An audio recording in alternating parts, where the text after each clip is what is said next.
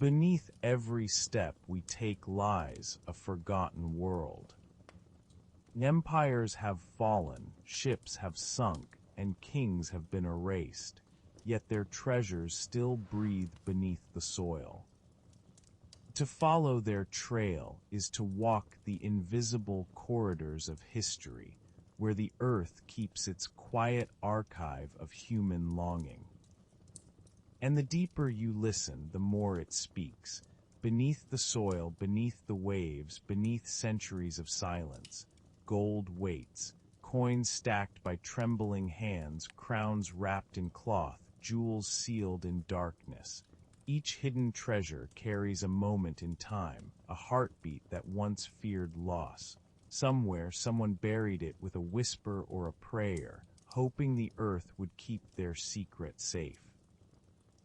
For as long as people have shaped metal and traded value, we have hidden it. The reasons change. Invasion, greed, love, faith.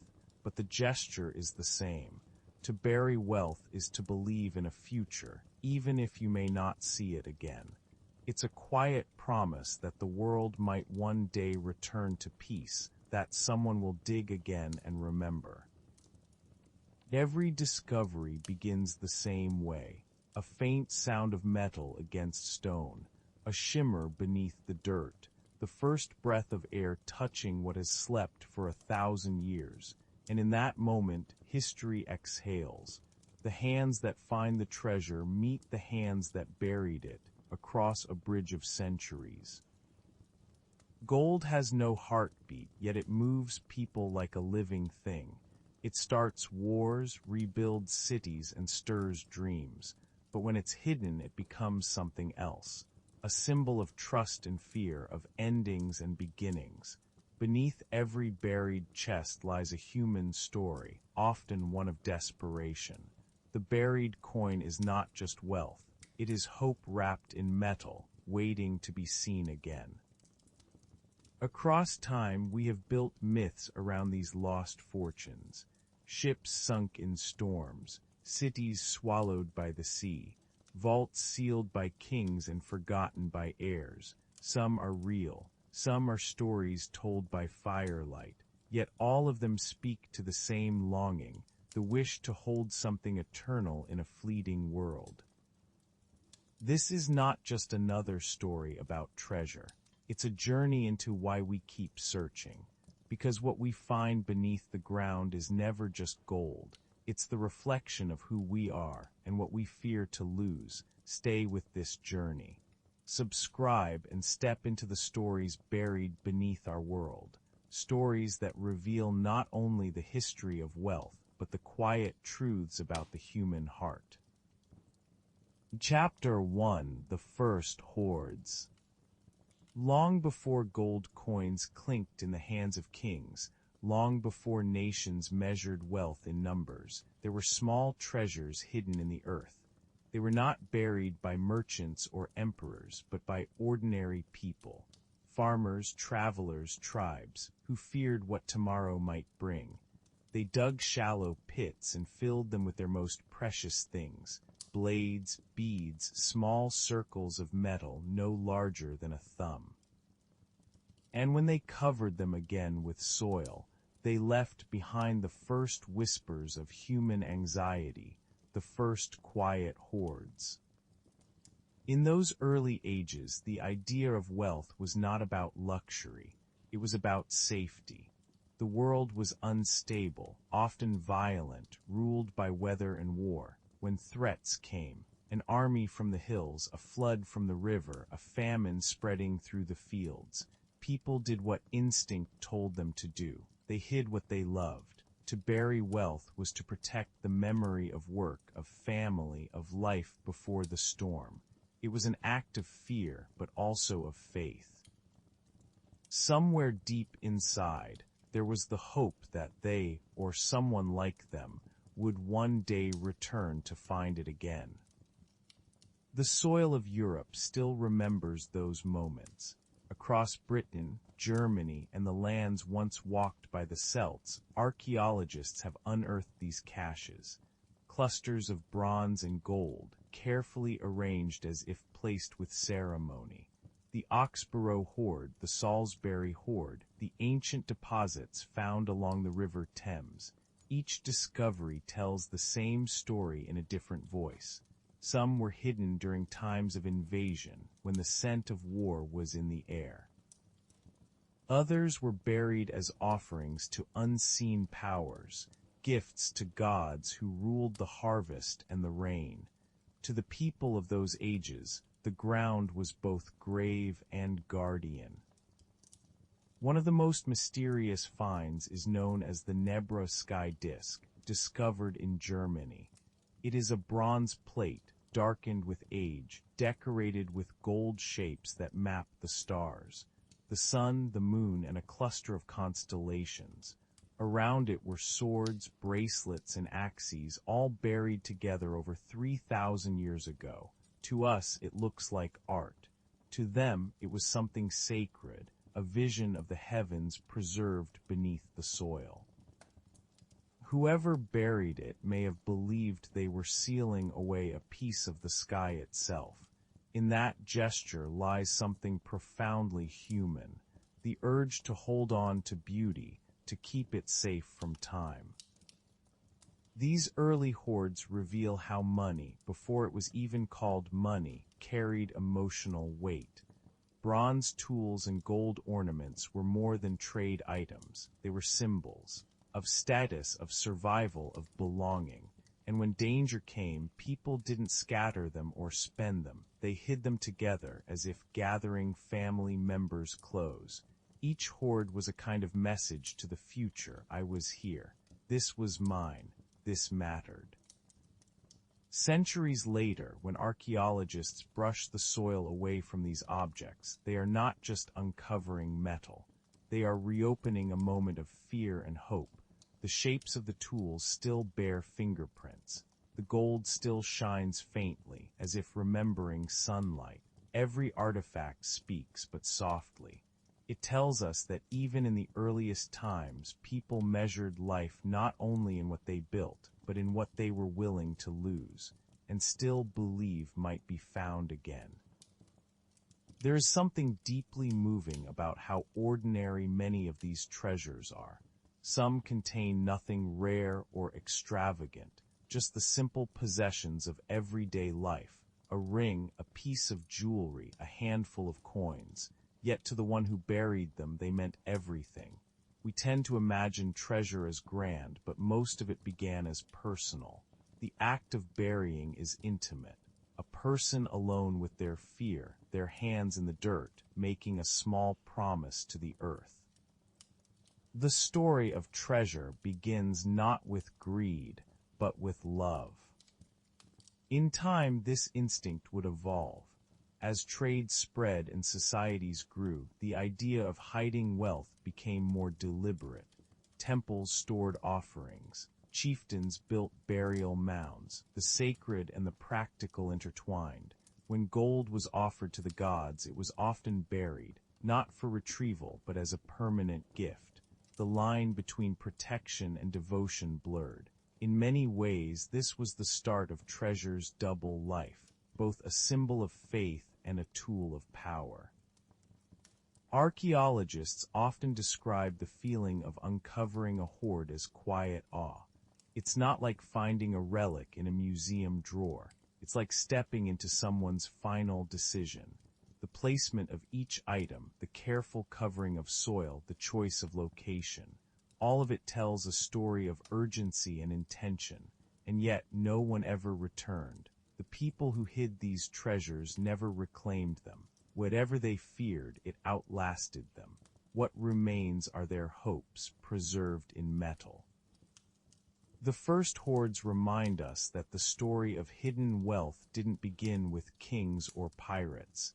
It began with people like us, uncertain about the future, holding tightly to what they valued most. In every buried coin, there is a touch of fear. In every rediscovery, a hint of grace. The ground does not judge, it simply remembers. When we look at these ancient finds today, displayed behind glass or studied in laboratories, we see more than artifacts. We see evidence of an emotion that never fades, the longing to keep something safe.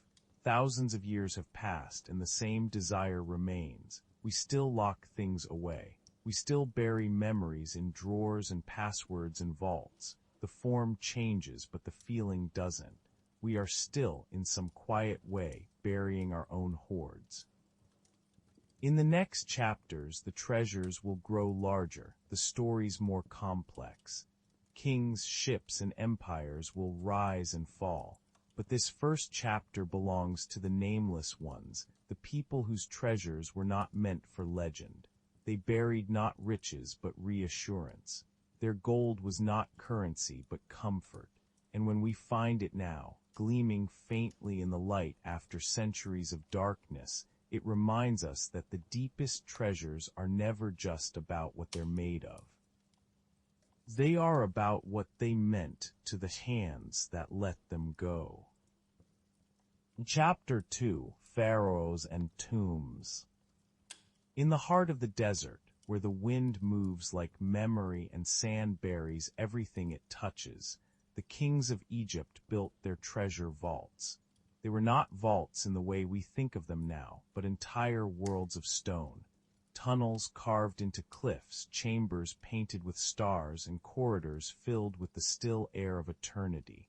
Inside these tombs, the pharaohs placed their gold, their jewels, their furniture, and food, everything they might need in the afterlife. Death was not an ending, but a long journey. And gold, to the Egyptians, was not just wealth, it was the flesh of the gods. The Egyptians saw gold as something holy. It didn't rust, didn't fade, and seemed to carry light within itself. To them, it was a piece of the sun, eternal and pure. The rulers of Egypt surrounded themselves with it not only in life, but also in death, believing that gold would carry them safely into the next world. They built entire economies around this idea. Miners dug deep into the eastern deserts, carrying dust and ore to be melted and shaped into amulets, masks, and ornaments for their divine kings. Every piece of treasure that entered a tomb was meant to protect the dead, to ensure that their spirit could rise and live again among the stars. Yet time does what it always does. Dynasties fell, tombs were sealed and forgotten. Sandstorms swept over valleys, covering entrances and erasing paths. What had once been the center of power became a silent landscape. For thousands of years, the treasures slept in darkness. Grave robbers came and went. Legends spread about curses, about gold that could kill, about spirits guarding their riches. But most of the royal tombs remained hidden, untouched, waiting. In 1922, in a small valley west of the Nile, a man named Howard Carter brushed the dust from a step cut into the rock. He had been searching for years, chasing rumors and fragments, convinced that one tomb still waited to be found, one belonging to a forgotten boy king. The day he broke through the sealed doorway and peered inside with a candle, he saw what no one had seen for more than 3,000 years, gold everywhere. Chairs, chariots, statues, beds, jewelry. A golden mask staring back from the dark. It was the tomb of Tutankhamun. The discovery became one of the most famous in history. But beyond the excitement and the newspaper headlines, there was something deeper about that moment. The tomb had remained untouched since the day it was sealed. Every object was exactly as it had been left by hands long turned to dust. Each item, a toy, a ring, a jar of honey, carried the fingerprint of a belief system that saw death as a continuation, not an end. The gold mask that covered the young king's face wasn't meant for display. It was meant to guide his spirit to eternity. Standing in that chamber, Carter was not just uncovering treasure, he was interrupting a conversation between the living and the dead. The Egyptians buried their wealth not out of fear, like the farmers who hid their coins in chapter 1, but out of devotion. For them, gold was not to be recovered, it was to be given up, offered to the gods, entrusted to the afterlife. It was the opposite of greed. The treasure's purpose was spiritual, not material. Still, even in devotion, there was control. The pharaohs buried their riches with themselves, ensuring that the wealth of the nation remained bound to their own image. Their treasures reflected power as much as faith. The glittering chambers were not just prayers, they were declarations. I ruled, I will rule again. The pyramids and tombs were messages written in gold and stone, speaking across millennia. The irony is that, for all their effort to protect these riches, time and human curiosity eventually reclaimed them. Tomb robbers began their work even in ancient days. The Valley of the Kings was not only a resting place but also a target. Some tombs were stripped within decades. Others, like Tutankhamun's, escaped notice by chance, sealed behind debris. When Carter's discovery reignited global fascination with Egypt, it also reopened the old question, what is the real cost of treasure? For the Egyptians, gold promised immortality. For the modern world, it brought fame, money, and myth. Rumors of the pharaoh's curse spread quickly after Carter's team entered the tomb, fed by the deaths of several people associated with the excavation. Scientists dismissed it as coincidence, but the story stuck. People wanted to believe that the ancient gods still protected their gold, that some treasures were not meant to be disturbed. In that belief, you can sense something timeless. A respect for mystery, a fear of greed, and a quiet recognition that some riches carry weight beyond their shine. When we look at those artifacts today, displayed in glass cases and softly lit, we see the craftsmanship, the symmetry, the brilliance of ancient design. But there's another layer, one that doesn't gleam as brightly, the human intention behind it all. A father buried beside his daughter, a king entombed with the symbols of rule, servants painted on the walls, frozen mid-step to serve him forever. Each object in those tombs was a bridge between two worlds. The pharaohs believed that memory was a form of resurrection. To be remembered was to live again. That is why their names were carved deeply into stone, and why their treasures were made to last. The gold wasn't only for the gods. It was for us, the future, the witnesses they hoped would one day rediscover their glory. In a way, every tomb was a time capsule meant for eyes that hadn't yet been born. And when those eyes finally arrived, when the candles flickered over long-lost treasures, the pharaohs achieved their wish. They were remembered. The world spoke their names again. Yet in that victory lies a quiet paradox. What they wanted to preserve in silence was revealed through disturbance. Their immortality came through the undoing of their secrecy. The desert still holds more tombs, more sealed doors, more whispers beneath the sand. Archaeologists continue to search, guided by satellite images and sonar, by fragments of ancient maps. But the rhythm remains the same.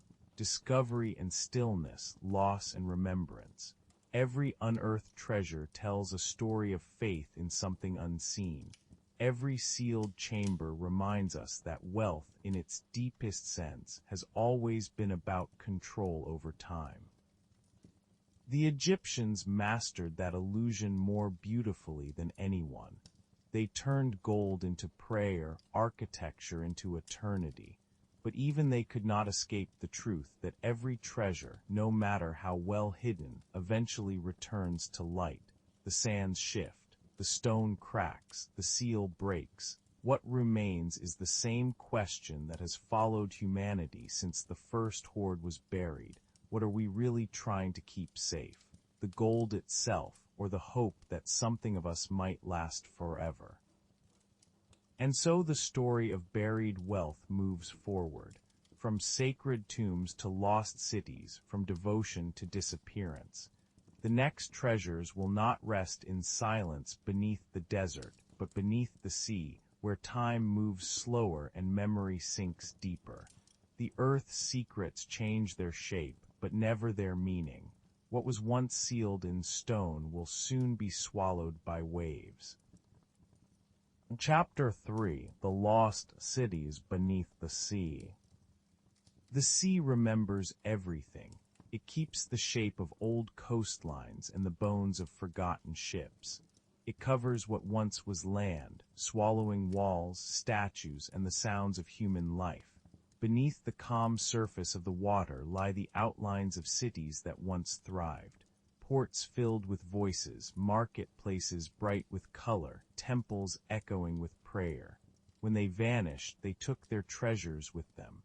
Not just gold and jewels, but the rhythm of entire worlds that the ocean quietly folded away. For thousands of years, the story of Atlantis haunted the human mind, a city swallowed by the sea as punishment for its pride. Plato's myth became a mirror for every culture that feared the sea's hunger.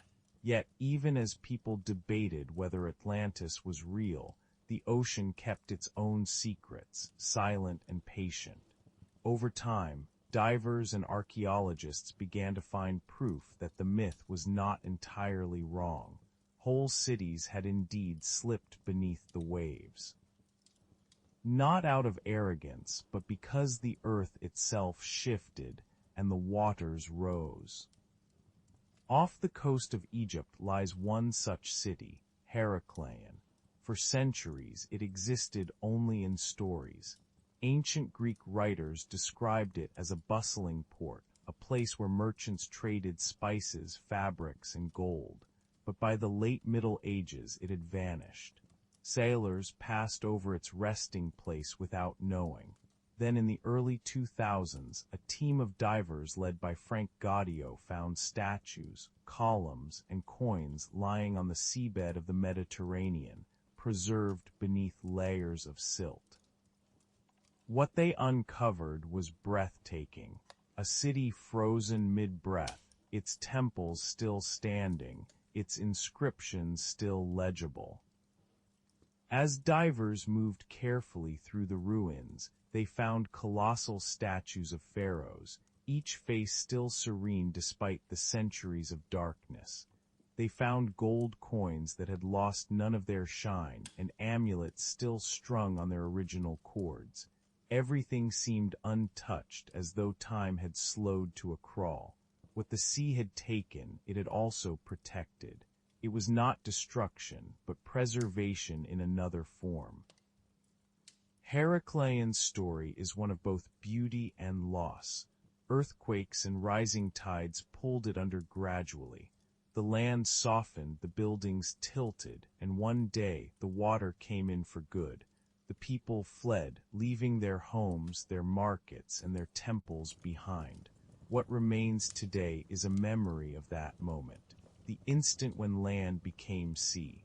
Every column and artifact speaks of how fragile permanence really is. The city that once controlled the trade routes of Egypt now rests beneath 30 feet of water, its wealth untouched but unreachable. Further east near Greece lies another ghost, Pavloptri.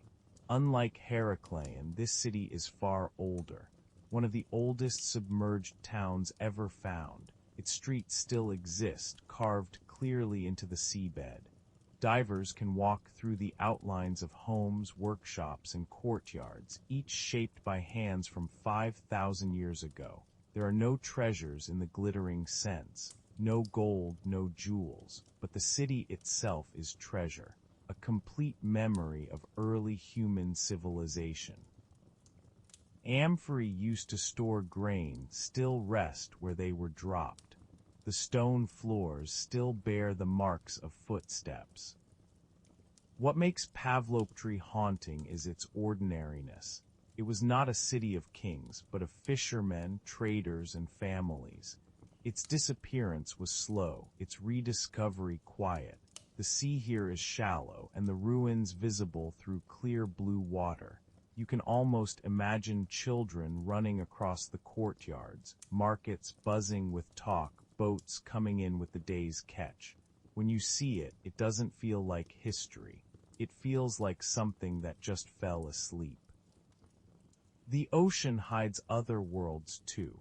In India's Gulf of Combat, sonar scans revealed what might be the traces of an ancient settlement, predating even the earliest cities of the Indus Valley.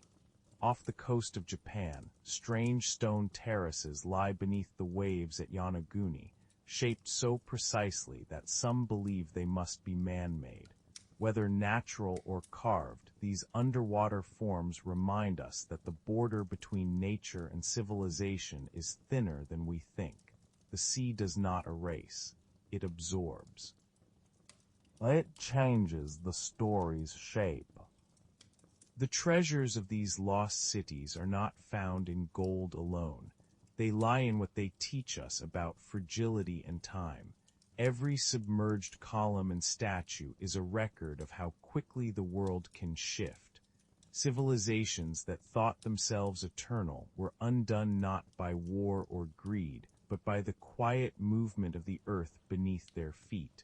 It is a reminder that all wealth, even cities themselves, is temporary. Yet there is also peace in these underwater worlds. Divers who explore them often describe a strange calm. Fish swim through doorways once meant for people. Sea grass waves over mosaic floors. The ocean has turned ruin into garden. In that silence, history feels alive again, not as tragedy, but as transformation. The water has taken the noise away, leaving only the shape of what once was. For centuries, stories of lost cities have stirred something deep in us, a mix of curiosity and longing. The idea that entire worlds could vanish beneath the waves feels both terrifying and beautiful. It speaks to a truth we rarely face, that everything we build, no matter how grand, eventually returns to nature. But it also speaks to the human refusal to forget. We keep searching. We dive into darkness with lights strapped to our heads, chasing the faint outlines of what was lost. In doing so, we bring those worlds back into memory, if only for a moment. Every artifact pulled from the seabed tells two stories, one of what it was, a coin, a statue, a vessel, and one of what it became, a relic of survival, a symbol of how even in ruin, beauty endures. The ocean does not give up its treasures easily. It makes us earn the right to remember. Each discovery is a negotiation between past and present, a brief handshake between water and air. The lost cities remind us that treasure is not always meant to be claimed. Sometimes it is meant to be witnessed. To look at Heracleion or Pavloptre is to look at a mirror of our own world, one that is also changing beneath rising seas. What we call loss, the sea might call renewal. What we call buried, it calls home. As the divers ascend from the deep, bubbles trailing toward sunlight, the last thing they see below is the shimmer of a statue, standing alone among the ruins. Its eyes are open, calm, patient. It seems to be waiting, not for rescue but for remembrance. The ocean may keep its secrets, but it allows us brief glimpses, enough to understand that even beneath the surface, the story of treasure continues.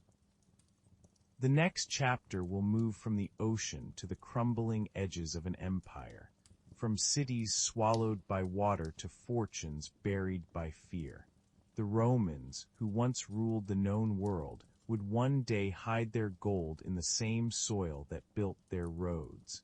The sea's silence will give way to the hush of falling empires, and treasure will become not a gift to the gods, but a shield against the end. Chapter 4: Rome's Forgotten Fortunes. There is a silence in the fall of empires. It begins softly, like the pause between breaths. One generation builds, the next inherits, and the last one buries. The Roman Empire, once the most powerful force the world had ever known, learned this truth too late. When the roads began to crack and the armies thinned, when the long borders that stretched from Britain to Syria began to tremble, ordinary people did what people have always done in times of uncertainty. They hid their wealth in the earth. Beneath the villas and fields of Rome, the soil became a vault for the frightened and the hopeful alike. Rome's hidden treasures are not myths. They are real, buried by real hands, and rediscovered centuries later by farmers' plows and construction crews. The most famous among them is the Hoxne hoard, found in a quiet field in Suffolk, England. In 1992, a man with a metal detector was searching for a lost hammer. What he found instead were the remnants of a collapsing world. A chest of gold and silver buried in the last days of Roman Britain. Inside were thousands of coins, jewelry, spoons, and finely crafted tableware. Each piece was carefully wrapped, placed with intention, and sealed away, as if someone had believed that the empire might one day return. The hoard dates to the early 5th century, when the Roman legions had already left Britain to defend the heart of the empire. Without their protection, the province fractured. Invaders approached. Roads that once carried soldiers now carried fear. The person who buried the Hoxne hoard, perhaps a wealthy family, perhaps a single household, must have done so quickly with trembling hands. They believed they would come back. They never did. The chest remained underground for over 1,600 years, waiting. The same story unfolded across the Roman world. From the vineyards of France to the plains of Germany, treasures were hidden during the empire's long, uncertain twilight. The lava treasure in France, the Kaiserraugst hoard in Switzerland, the Mildenhall treasure in England, all carry the same echo of desperation. The coins bear the faces of emperors who reigned for months before being overthrown, murdered, or forgotten.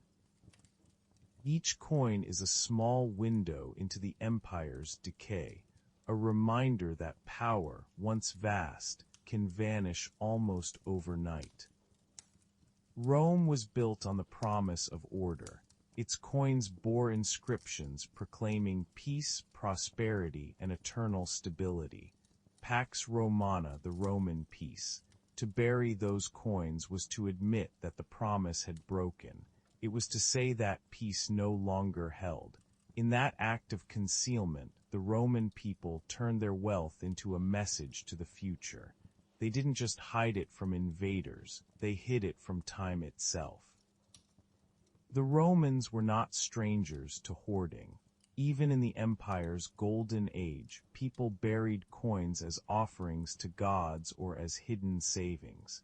But as the centuries passed and the empire's borders faltered, the reasons changed. Fear replaced ritual. What had once been a gesture of faith became a gesture of survival. To bury treasure was to protect a life's work from the chaos outside. Yet most who buried never lived to return. Their gold outlasted them, their names forgotten, their treasures turned into silent witnesses of a civilization's fall. There is something deeply human in these buried fortunes. They are not grand declarations of greed, but quiet acts of hope. A farmer in Gaul, a merchant in Britannia, a widow in Rome. All faced the same question: how to preserve something in a world that was coming apart. They could not stop the armies or the fires or the disease, but they could choose where to place their trust. They could hide what they loved most and pray that someday, someone like them would find it again. When archaeologists uncover these hoards today, they are not just unearthing wealth, they are uncovering moments of decision. The instant someone realized that the world they knew was ending. Each treasure is a time capsule of emotion, fear, hope, denial. The coins are more than currency, they are confessions, left for the earth to keep. The Hoxne hoard, for example, included more than money. Among the silver spoons and gold jewelry were small personal touches. A pepper pot shaped like a woman, intricate carvings of animals, objects that served no practical purpose beyond beauty. These were not meant to be traded, they were meant to be remembered. Whoever buried them could not let them go. They sealed away fragments of their identity, the story of their home, their sense of belonging, and the earth, in its patience, remembered for them. Historians often see the fall of Rome as a collapse of politics and economy. But when you look at these treasures, you see something more intimate, the collapse of trust. The empire that had promised eternity had become mortal. Its people, once proud of their roads and laws, now relied on the oldest form of security, the ground beneath their feet. In that moment, the idea of wealth changed. Gold was no longer power. It was protection, even comfort. The act of burying it was not surrender, it was survival. When those same treasures were rediscovered, centuries later, they became symbols of wonder. People marveled at their craftsmanship, their beauty, their preservation. Yet what gives them meaning is not their shine, but their silence.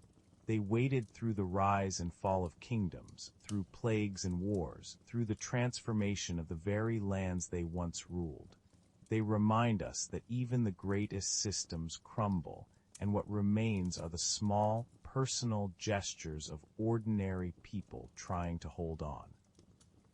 In the fields of Europe, there are still likely thousands of Roman hoards waiting beneath the soil. Sealed jars, metal chests, simple bags of coins now fused together by rust and time. Each is a story paused mid-sentence. Each carries the same question that echoes through history.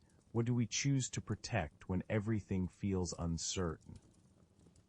As we look back, we see that buried wealth often marks the end of something. A kingdom, a dynasty, a way of life. But it also marks the beginning of a new kind of story, the treasure that outlives its maker. The Romans built monuments to immortality, but it is their hidden treasures that truly survived. Not the marble arches or the crumbling amphitheaters, but the coins and trinkets that rested quietly in darkness, untouched, unspoken, waiting to remind us of the fragility of certainty. The empire's fortune faded, but its buried riches carried its soul forward. Each discovery is a whisper from the past, saying, "This was once ours. We were here. We tried to save what we could." The next chapter will follow this whisper to the open sea, where the boundary between myth and memory blurs once again. For as the Roman world turned to dust, the oceans filled with a different kind of fortune. The treasure of those who sailed too far, fought too fiercely, and never returned. Their gold lies not beneath the soil, but beneath the waves, where pirates, kings, and storms wrote their own chapters of hidden wealth. Chapter 5: The Pirate's Promise. There is something about the sea that tempts the human heart toward both freedom and ruin.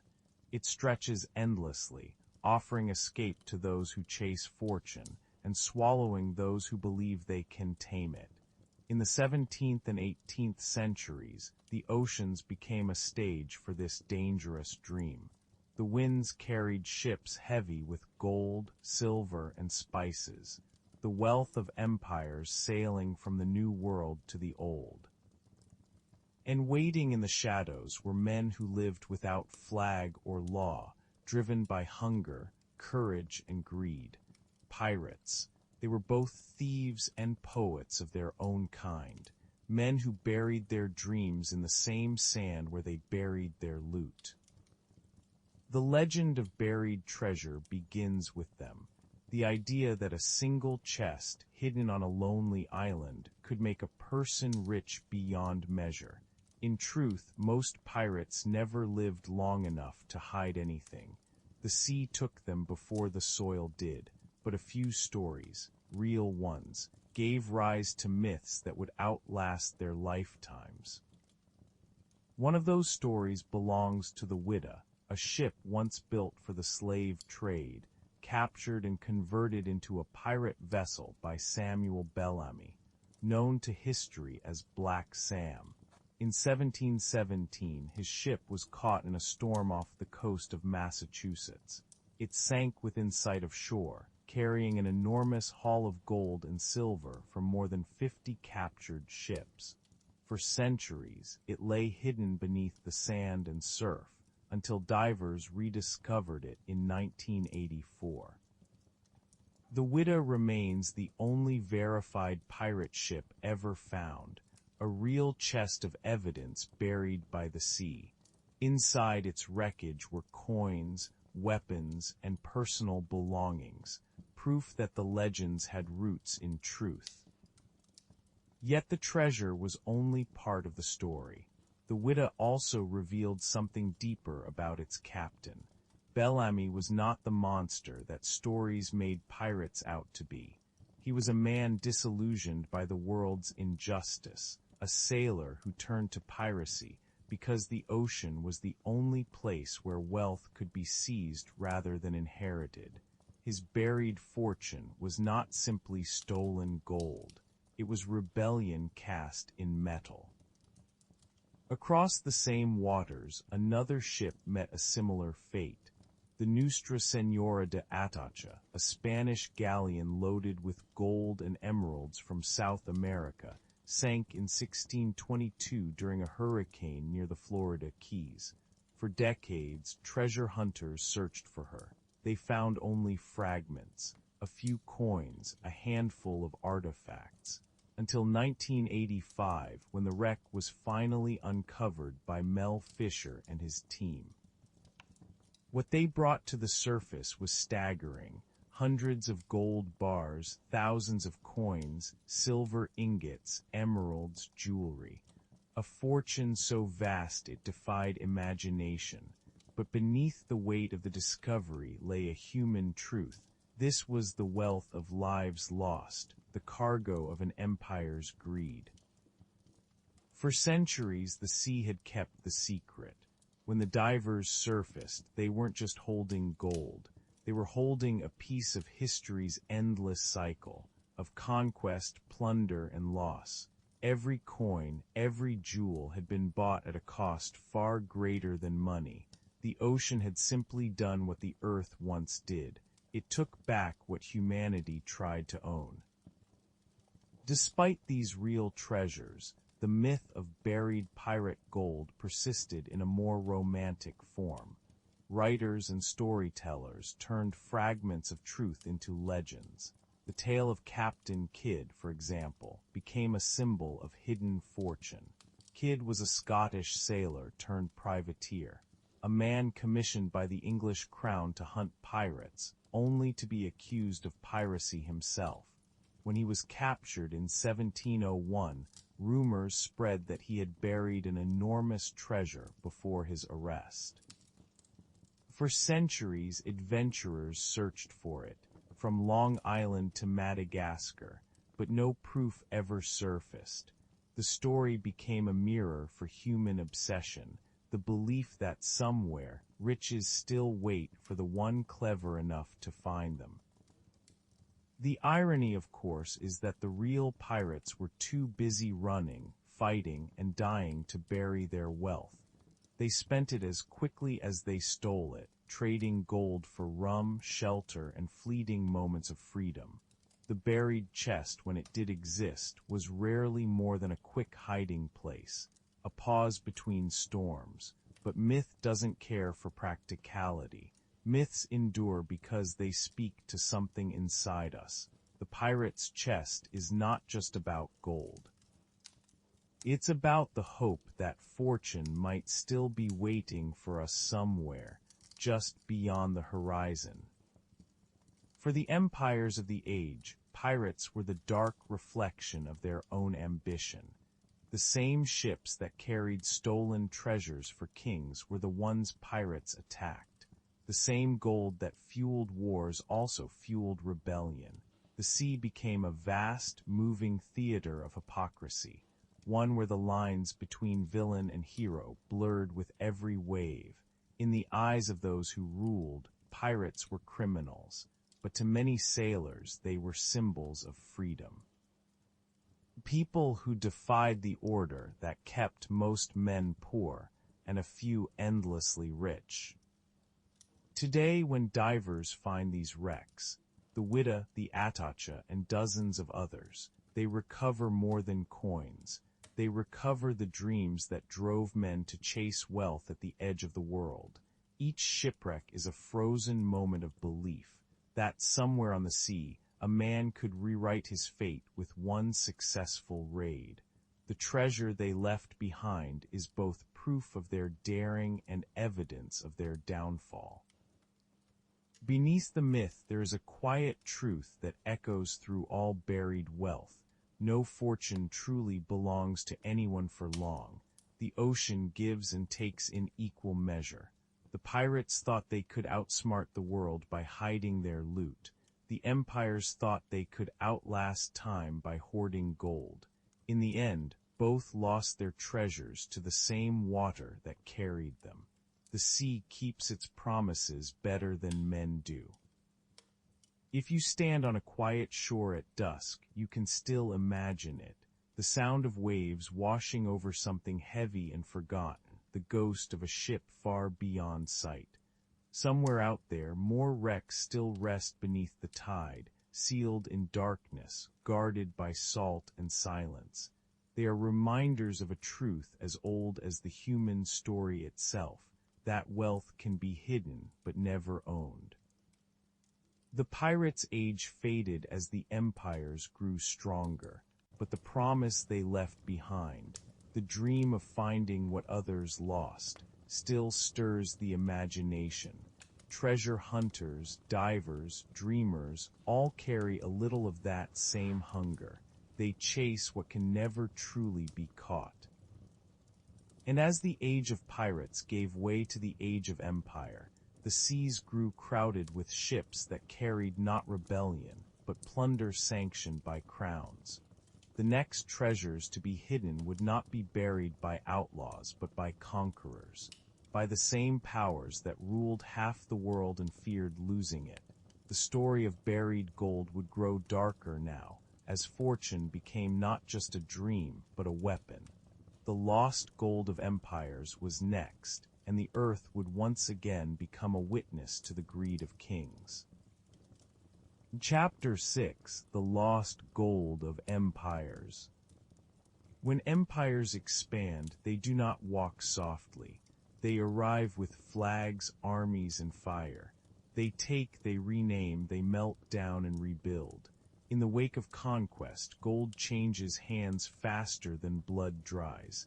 Yet, for all its glitter, gold carries silence too. The silence of what was stolen, hidden, or lost before it could ever be claimed.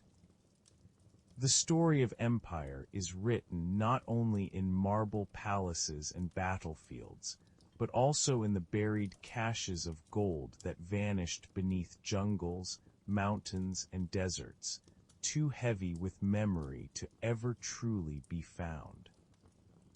Among all the stories of lost imperial wealth, none glows brighter or darker than that of the Inca Empire. When the Spanish arrived in South America in the early 16th century, they entered a world already rich beyond measure. The Inca did not see gold as mere money.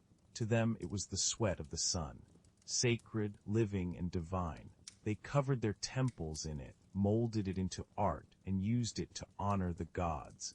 But when Francisco Pizarro and his soldiers came, they saw only metal.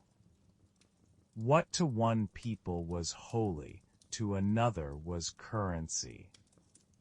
In 1532, when the Spaniards captured the Inca Emperor Atahualpa, he tried to buy his freedom with the only thing he had, gold. He offered to fill a room from floor to ceiling with it, and another with silver if the invaders would let him go. The promise became one of history's most tragic bargains. Over the months that followed, couriers and priests gathered treasures from across the empire. Goblets, idols, and plates, melting them into bars for easy transport. Yet before the ransom was complete, Pizarro broke his word. Atahualpa was executed. The gold was seized, melted, and shipped to Spain, but not all of it. According to legend, part of the treasure, known as the lost treasure of the Incas, was hidden away before it could fall into foreign hands. The priests of the Sun Temple are said to have fled with wagon loads of gold, vanishing into the Andes. Some believe they buried it near Lake Titicaca, others say it lies deep in the jungles near Cusco. For centuries, explorers have searched for it. Conquistadors, adventurers, even modern treasure hunters with drones and satellites. None have found it. Perhaps it never existed in the scale the stories claim, but even so, the legend remains powerful, not for what it promises in gold, but for what it represents: defiance, protection, and loss. The same story unfolded across oceans. In the Philippines, Japan's imperial army was said to have hidden a fortune in gold during World War II, a legend later called Yamashita's gold. In Mexico, the Aztec Emperor Montezuma's treasure was believed to have been sunk in lakes or buried in caves as his empire fell. Across Africa, the British, French, and Dutch each carried away the wealth of kingdoms, leaving behind traces of their plunder. And sometimes their own buried vaults when the tide of war turned against them. Each empire, no matter how vast, eventually faced the same truth: what can be taken can also be lost. Spanish galleons carrying plunder from the New World sank by the dozens, their bellies full of gold that would never reach the crown. The San Jose, known as the Holy Grail of shipwrecks, was one such vessel. Destroyed in 1708 off the coast of Colombia, it carried over 200 tons of treasure, bound for Spain to fund its wars. When it sank, it took with it not only its cargo, but the illusion of eternal power. For centuries, it lay hidden, its location a mystery. When it was finally found in the 2010s, resting nearly a kilometer beneath the sea, it was more than just a wreck. It was a reminder that even empires must surrender their riches to the deep. The lost gold of empires is not only physical, it is moral. It represents the price of conquest, the wealth extracted from others under the promise of civilization. The temples of the Aztecs, the palaces of India, the mines of Africa, all glittered once and then fell silent under foreign boots. When explorers search for the lost gold of empires today, they are often searching not for wealth, but for reckoning. The coins and artifacts pulled from the ground are more than treasure. They are evidence. History has a strange way of returning what was hidden. The same nations that once carried gold away in ships now return to study the cultures they dismantled. Museums filled with looted artifacts become sites of debate. Should they keep what they once displayed with pride or return it to its home? The treasure buried centuries ago is resurfacing not just in earth and sea, but in conscience. Wealth, it turns out, cannot remain buried forever, not even in memory. Still, the allure of the lost persists. In Peru, small groups of explorers still search the mountains for Atahualpa's hidden chambers. In South America's jungles, rumors continue about tunnels of gold sealed by priests who vowed never to reveal them. In Spain, legends whisper of treasure ships still buried under sand in forgotten ports. The gold itself may never be found, but the pursuit continues, because buried wealth offers something even greater than its shine. It offers the illusion of redemption. Empires rise by claiming to bring order, yet the act of hiding gold is the confession of disorder. The conqueror who buries his plunder knows that fortune is fickle. He hides it not for protection, but because deep down he senses the truth, that what is stolen never truly belongs to anyone. Buried gold is the empire's shadow, the unspoken admission that all power is temporary. Today, the relics of empire sit in glass cases and guarded vaults, stripped of their original meaning. But the earth remembers what they were. It remembers the hands that carved them, the temples they adorned, the prayers spoken over them.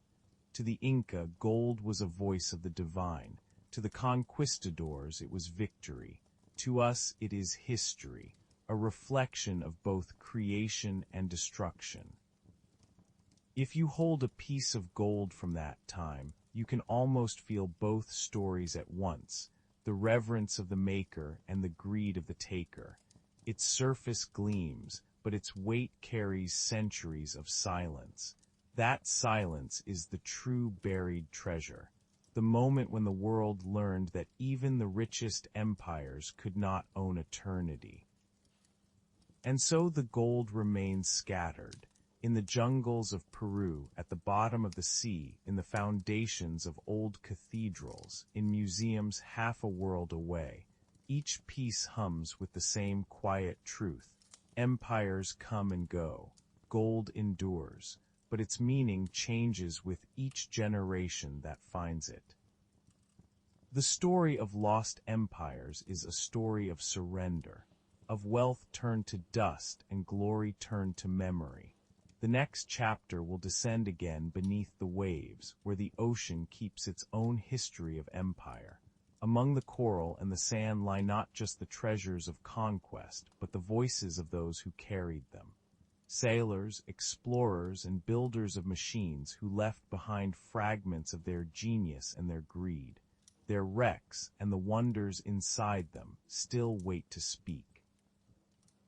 Chapter 7, The Shipwrecks That Spoke Again. The ocean holds its dead gently. It does not rot them as earth does. It slows their decay, wraps them in quiet, and lets centuries drift over them like a soft sleep. For the treasures of the past there is no kinder vault. Beneath the waves time stretches and sighs. Iron becomes coral, wood becomes stone. Gold, unchanged, keeps its gleam. Every shipwreck, every broken hull on the seabed is a library of human intention, of journeys that began in triumph and ended in silence.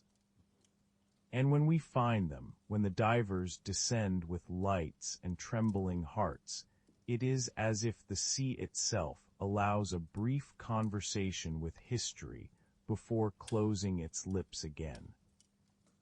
One of the most haunting voices from those depths came from a wreck off a small Greek island. In 1900, sponge divers working near Antikythera stumbled upon a site that would reshape our understanding of the ancient world. They found statues scattered across the seabed, marble and bronze figures draped in seaweed, their faces calm as if asleep. Mixed among them were amphorae, jewelry, and coins. But the true treasure was not gold or art. It was a lump of greenish metal, corroded and unremarkable. When cleaned and studied, it revealed a complexity no one thought possible: gears, dials, and inscriptions. This was the Antikythera mechanism, a device built over 2,000 years ago, capable of predicting the movements of the planets and eclipses. It was, in essence, the world's first analog computer. Found in the belly of a shipwreck, it changed the way we saw ancient Greece. It showed that knowledge itself could be a kind of treasure, one that could sink and sleep as deeply as gold. The mechanism had lain there for nearly 2 millennia, resting between statues of gods and merchants' cargo, waiting for someone to listen. And when it finally spoke again, its message was not of wealth or war, but of curiosity. Proof that long before machines and empires, humans had already begun to reach for the stars. Other shipwrecks speak more quietly, but their stories are no less profound. The San Jose, the Spanish galleon lost in 1708 off the coast of Colombia, carried more gold and silver than any other ship in history. When it sank during a battle with the British, it took with it hundreds of men and the wealth of a continent. For centuries, its location was a mystery. In 2015, it was finally found. A vast wreckage scattered across the seafloor, the cargo still glinting faintly in the dark. Yet the true weight of the San Jose is not its treasure, but its symbolism. It embodies the age of imperial ambition, the moment when gold connected continents and destroyed them at the same time. To look at such a wreck through the eyes of a diver is to feel both awe and sorrow. The gold bars are neatly stacked, but beside them lie bones, shoes, and shattered cups. Every artifact tells a story of hands that once believed they could master the world. But the sea is patient. It waits. When humans forget, it remembers. The treasures of the San Jose are still being studied, and nations argue about who owns them: Spain, Colombia, or the descendants of those who mined the gold centuries ago. Perhaps no one truly does. Perhaps the sea is the only rightful keeper. As centuries rolled forward, the age of sail gave way to the age of steam and steel, and still the ocean claimed its share of ambition. The Titanic, though not a treasure ship in the traditional sense, became a kind of modern legend, a floating palace that sank with all its grandeur intact. When explorers finally reached its resting place in 1985, the sight of chandeliers, china, and boots lying in eerie stillness moved the world. The Titanic's treasure was not its valuables, but its lesson, that progress can never outpace humility. Every discovery beneath the waves, from the smallest amphora to the largest galleon, carries that same balance of beauty and grief. Each artifact raised from the deep brings the past closer, but also reminds us of what was lost to reach it. A golden chalice once held in a sailor's hand, a ring slipped from a finger in panic, a cargo of coins meant to change lives, now serving only as memory. The ocean preserves, but it also erases, leaving behind stories half told. Modern technology has turned the sea floor into a kind of museum without walls. Sonar scans reveal ghostly outlines of ships long thought gone. Drones glide through wrecks, filming corridors of coral and silence. With every discovery, the boundaries between myth and history shift again. What once was legend, the idea of ships full of treasure lost to storms, is now proven fact. Yet even with all our tools, there remains something unknowable about what lies beneath. The ocean does not yield easily. It allows glimpses, never ownership. When divers surface, they speak often of the feeling that the sea is watching them. that it decides what to reveal. Many who have brought artifacts to the light describe an odd sense of guilt, as though they've interrupted a sacred stillness. The gold, when lifted from the water, looks the same as it did centuries ago, but it feels different. Its shine seems colder, its weight heavier. Perhaps because the moment we recover it, we also recover the grief attached to it. Every treasure raised is also a grave disturbed. And yet there is reverence in the work. The ocean does not punish curiosity, it rewards respect. The treasures of shipwrecks teach us that what humanity builds and loses does not vanish. It transforms. A statue encrusted with coral becomes a home for fish. A wooden mast becomes reef. Gold coins, once currency, become markers of history. The sea, in its quiet way, turns all things toward purpose again. The Antikythera mechanism and the San Jose remind us that what sinks is not necessarily gone. Knowledge, beauty, and even greed. They wait patiently to resurface, to be seen and understood anew. The ocean's memory is vast but not endless. Storms come and erase the traces. Currents scatter remains. Each discovery, therefore, feels like a rescue not only of objects but of meaning itself. If you stand at the edge of the water and listen to the waves, you might imagine them whispering the same thing to every age, that wealth and wisdom, pride and loss are all carried in the same tide. The sea is not cruel.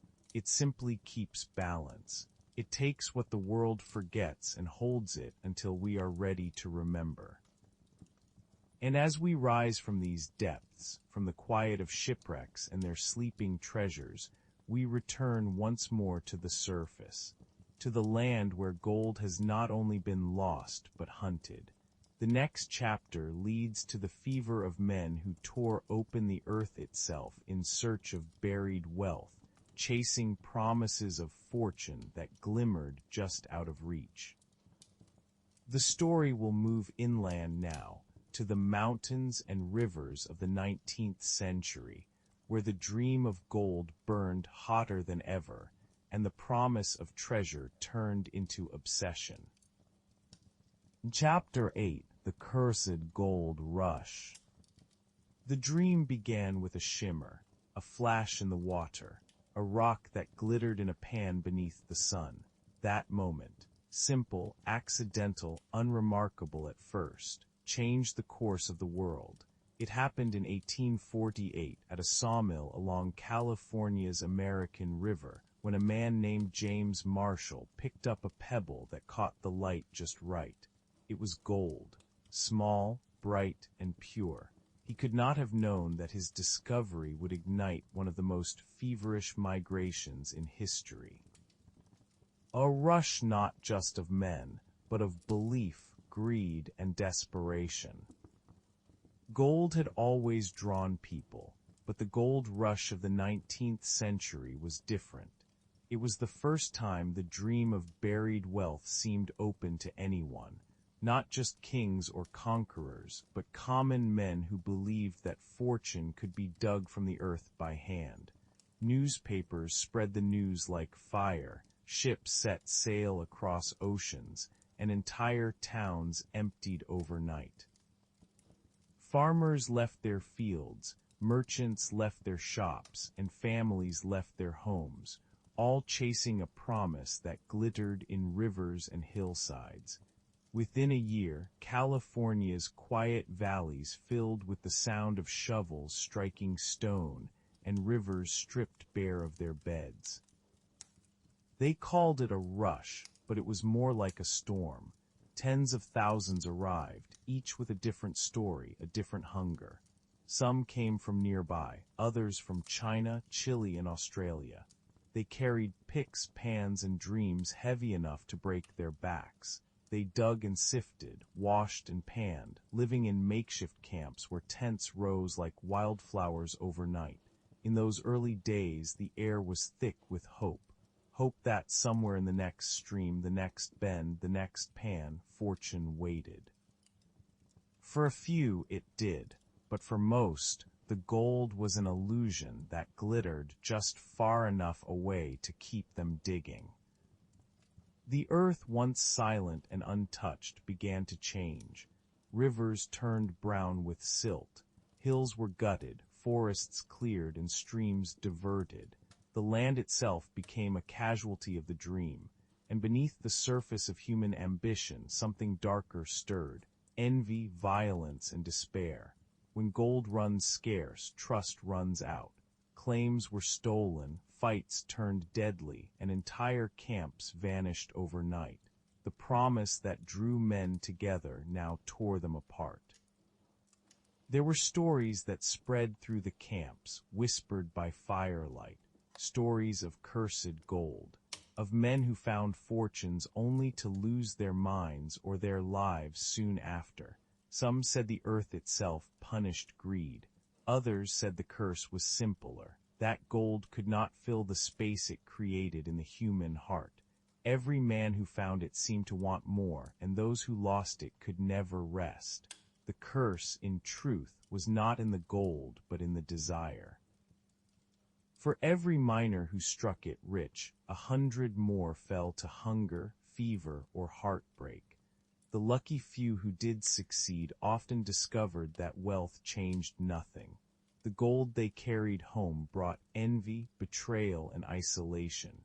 Many who became rich died alone, surrounded not by friends but by their own mistrust. Even the land bore scars. Rivers choked with sediment, valleys stripped of life, and ghost towns left behind when the rush moved on. The sound of the pick and pan faded, leaving silence in its place. But still people came. The fever crossed oceans and continents. Australia's goldfields soon echoed California's story.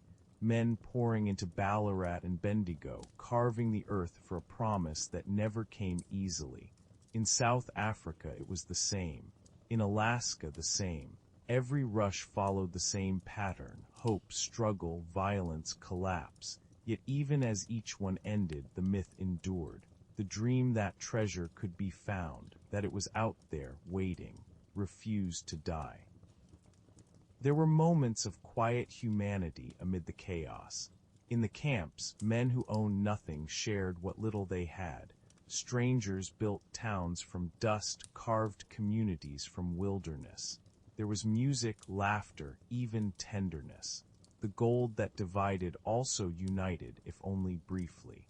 For some, the search became less about wealth and more about belonging, a shared belief that they were part of something bigger than themselves, even if that something was only a dream.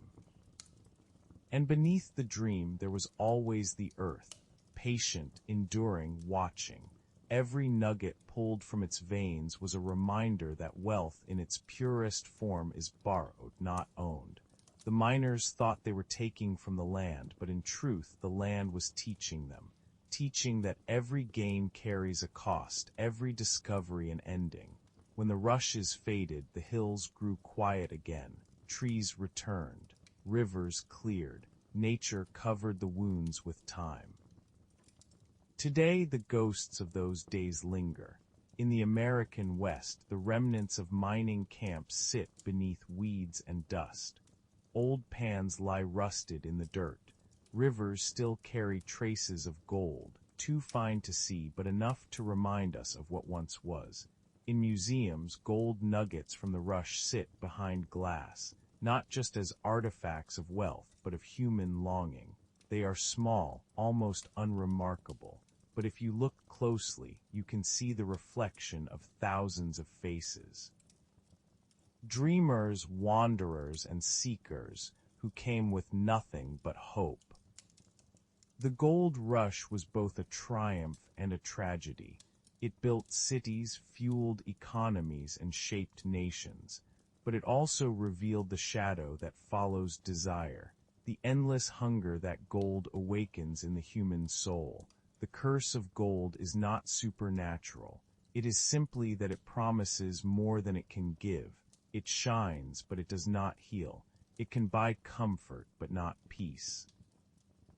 Every age has its gold rush, its frenzy for something that glitters just out of reach. In the 19th century, it was the Earth's buried treasure. Today it takes other forms: oil, data, fame. The tools change, but the rhythm remains the same. We chase, we claim, we lose. And somewhere deep in the soil, the old rivers of gold still run, quiet and indifferent as they have for millennia. The gold rush left behind more than ghost towns. It left behind a story of how the search for wealth can both define and destroy us, of how the brightest light often casts the darkest shadow, and of how, in the end, the true treasure might not be in the finding, but in what is uncovered within us when we search. The next chapter carries that search into darker times, a century when the world went to war and the meaning of treasure shifted again. Gold became not the prize of dreamers, but the weapon of nations. What was once hidden to protect against loss was now buried to survive it. The earth, once again, became a bank of fear. Chapter 9: The Buried Banks of War. In every war there are two kinds of treasure: the one men fight for and the one they hide. When the first bombs fall and the world begins to unravel, even gold trembles. Banks empty their vaults. Families bury their heirlooms in gardens. Trains carry crates of coins and bullion through the night. Soldiers guard convoys whose destinations no one is allowed to know.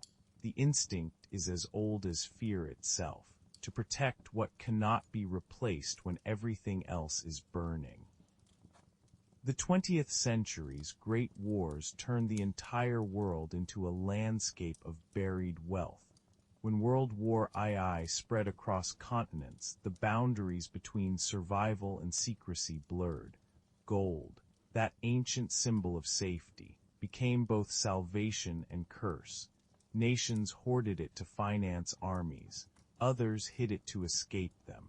Somewhere in between lay the countless private treasures that vanished into walls, forests, and lakes, never to be found again. Among the most haunting stories is that of the Yamashita gold, a legend born in the dying days of the Pacific War. As Japanese forces retreated from Southeast Asia, it was said that they looted gold, jewels, and artworks from across the region, the wealth of captured nations, and buried it in secret tunnels in the Philippines.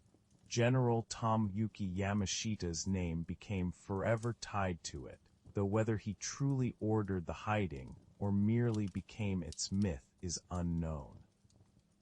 For decades after the war, treasure hunters scoured mountains and jungles, chasing whispers of underground vaults sealed with dynamite. Some claim to have found parts of it, most found nothing but mud and ghosts. The truth remains uncertain, but the legend speaks of a deeper truth, that in war, even treasure becomes frightened, seeking refuge in the earth. In Europe, the same instinct took hold as the continent burned. The Nazis, in their rise to power, looted gold from every country they conquered. From banks, from cathedrals, from the teeth and rings of millions who perished in their camps.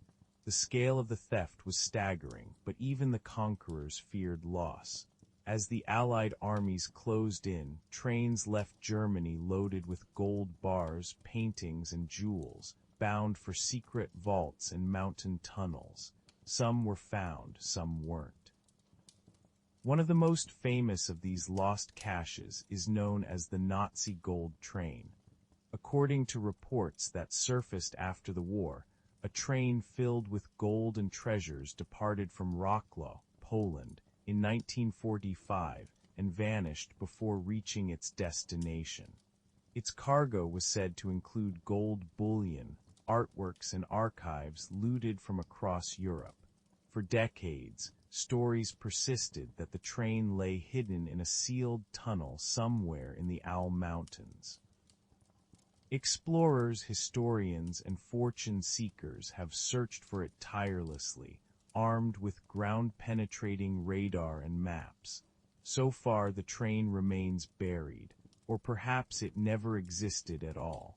But like all legends, it persists because it reflects the truth behind it, that even empires that sought to control the world were haunted by the same human fear of losing what they'd stolen.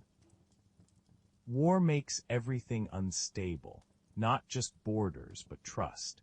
In those years, ordinary people across Europe hid their own treasures too. Farmers buried coins in jars. Families sealed jewels inside walls. In the Netherlands, a group of Dutch bank workers secretly hid millions of guilders from Nazi hands, sealing them behind fake walls. In France, gold was hidden under church floors. Some of these caches were recovered after the war. Others remained forgot until decades later. Found by chance during renovations or plowing, each rediscovery carried the same shock, a reminder that even in the darkest times, someone had believed in a future worth saving for. Not all buried wealth belonged to tyrants or banks. Some of it belonged to those trying to escape. Jewish families, forced to flee or deported, buried their jewelry, coins, and family heirlooms beneath gardens and cellars, hoping to return one day. Many never did. Their treasures, when found years later, became silent memorials, fragments of love and loss that outlasted those who once held them. The gold rings and watches unearthed beneath European soil are not riches in the usual sense. They are the physical form of memory, what people chose to save when they had time to save almost nothing. After the war, the search for these buried fortunes became a different kind of battle, one fought by governments, survivors, and treasure hunters. The Allied forces recovered enormous amounts of looted gold, much of it stored in salt mines and caves in Austria and Germany. Operation Safe Haven, as it was called, tracked and reclaimed billions in stolen assets, yet much remains unaccounted for. Somewhere beneath fields and mountains, the remnants of those buried banks still lie in silence. The gold of dictators and victims, indistinguishable now, waits beneath the same earth. There's a strange poetry in that. The way war reduces everything to dust and yet drives people to bury their hope in metal. The same instinct that led ancient farmers to hide their coins before invasion lived on in the 20th century, only on a scale the world had never seen. To bury gold was to make a promise to the future, a fragile belief that, even if life itself could not be saved, something of it could endure. But buried treasure from war carries a weight that is not easily lifted. When found, it rarely brings joy. It brings questions. Whose was it? Who suffered for it? Should it be claimed or returned or left to rest? In Poland and the Philippines, in Austria and the Alps, treasure hunters often dig not for profit but for proof. Proof that the legends were true, that the past still has something to say. The search is as much spiritual as it is material. The soil becomes a confession booth, and the gold, once uncovered, becomes a witness. If the buried banks of war teach anything, it is that wealth cannot protect against ruin. The gold survived, but those who hid it rarely did. Empires fell, borders changed, cities turned to ash. Only the metal endured, unchanged, waiting for someone else to find it and wonder. And in that waiting lies the paradox of treasure itself. It is both immortal and meaningless. Decades later, new wars would rise, new banks would fall, and the world would continue to hide and hoard. But the gold from those years, whether melted into bars or sealed beneath fields, remains the most haunting of all. Not because of its value, but because of what it represents, the last desperate gesture of human fear, the attempt to control what cannot be controlled. When we look back now, the buried banks of war stand as reminders that even in chaos, people cling to the idea of safety, of something solid beneath shifting ground. The earth became a vault for both guilt and grace, keeping its secrets as it always has. The next chapter will move from the ruins of war to the places where the world seems endless again. The deserts. There, in the empty sands, stories of hidden treasure took on a different kind of magic, no longer born of war or empire, but of mirage. Of people chasing gold not under orders or threat, but under the blazing sun, following whispers of fortune that danced like heat on the horizon. Chapter 10: The Desert's Hidden Fortunes. The desert is a strange keeper of secrets. It hides nothing, yet reveals little. Beneath the endless light and wind, there are no forests to conceal, no oceans to bury, no ruins softened by moss or seaweed. Only sand, shifting, consuming, erasing. But the desert also preserves. Its dryness keeps what the rest of the world would rot. A coin can lie untouched for 1,000 years. A bone can rest unbroken.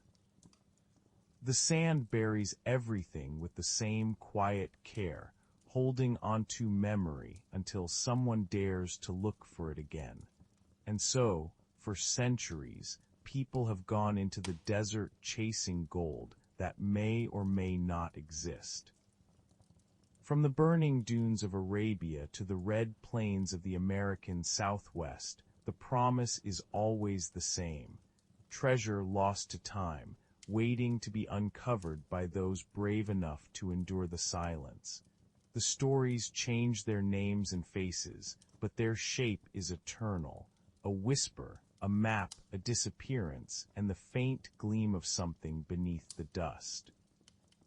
One of the oldest of these legends comes from Arabia, the tale of Ubar, the Atlantis of the sands.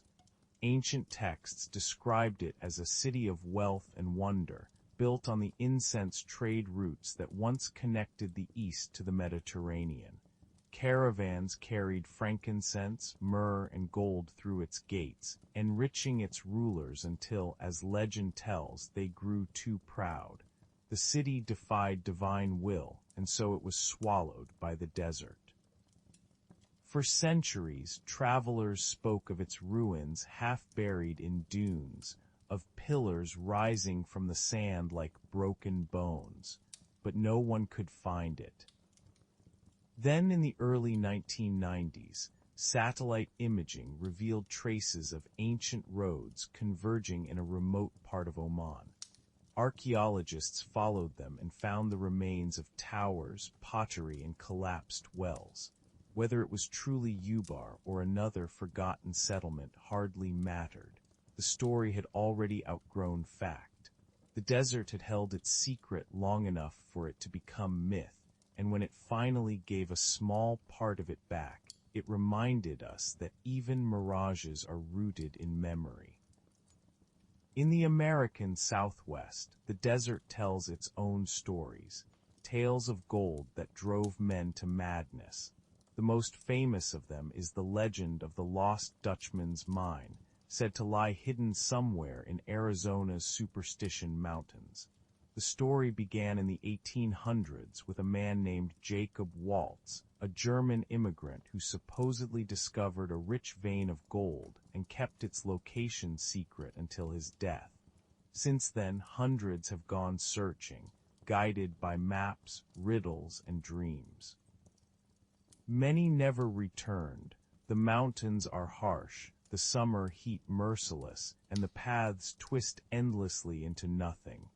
Yet still, each year, people hike into that wilderness, chasing the same golden ghost. What makes the legend so enduring is not its likelihood, but its promise. That somewhere out there, beneath the same rocks and sunlight that bake everything else to dust, lies fortune beyond imagining. To believe in buried treasure in the desert is to believe that even in emptiness, something might still be waiting. It's a kind of faith, a rebellion against the idea that all beauty is visible. The desert holds other treasures too, not of gold, but of lost civilization.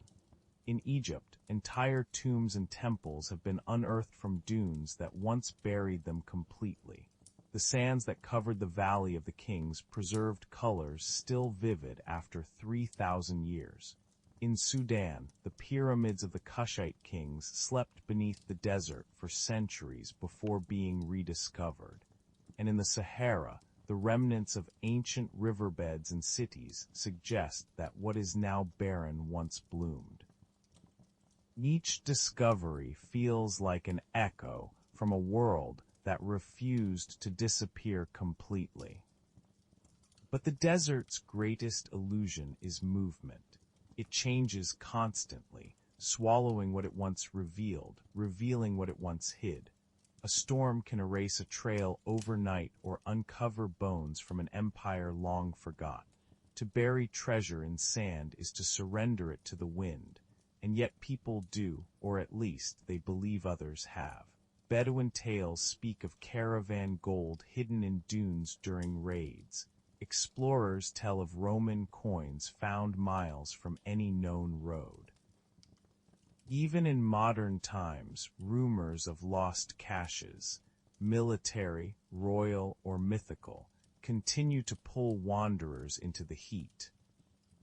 There's a certain cruelty in the desert's patience. It offers glimpses of truth just long enough to make you believe, then covers them again.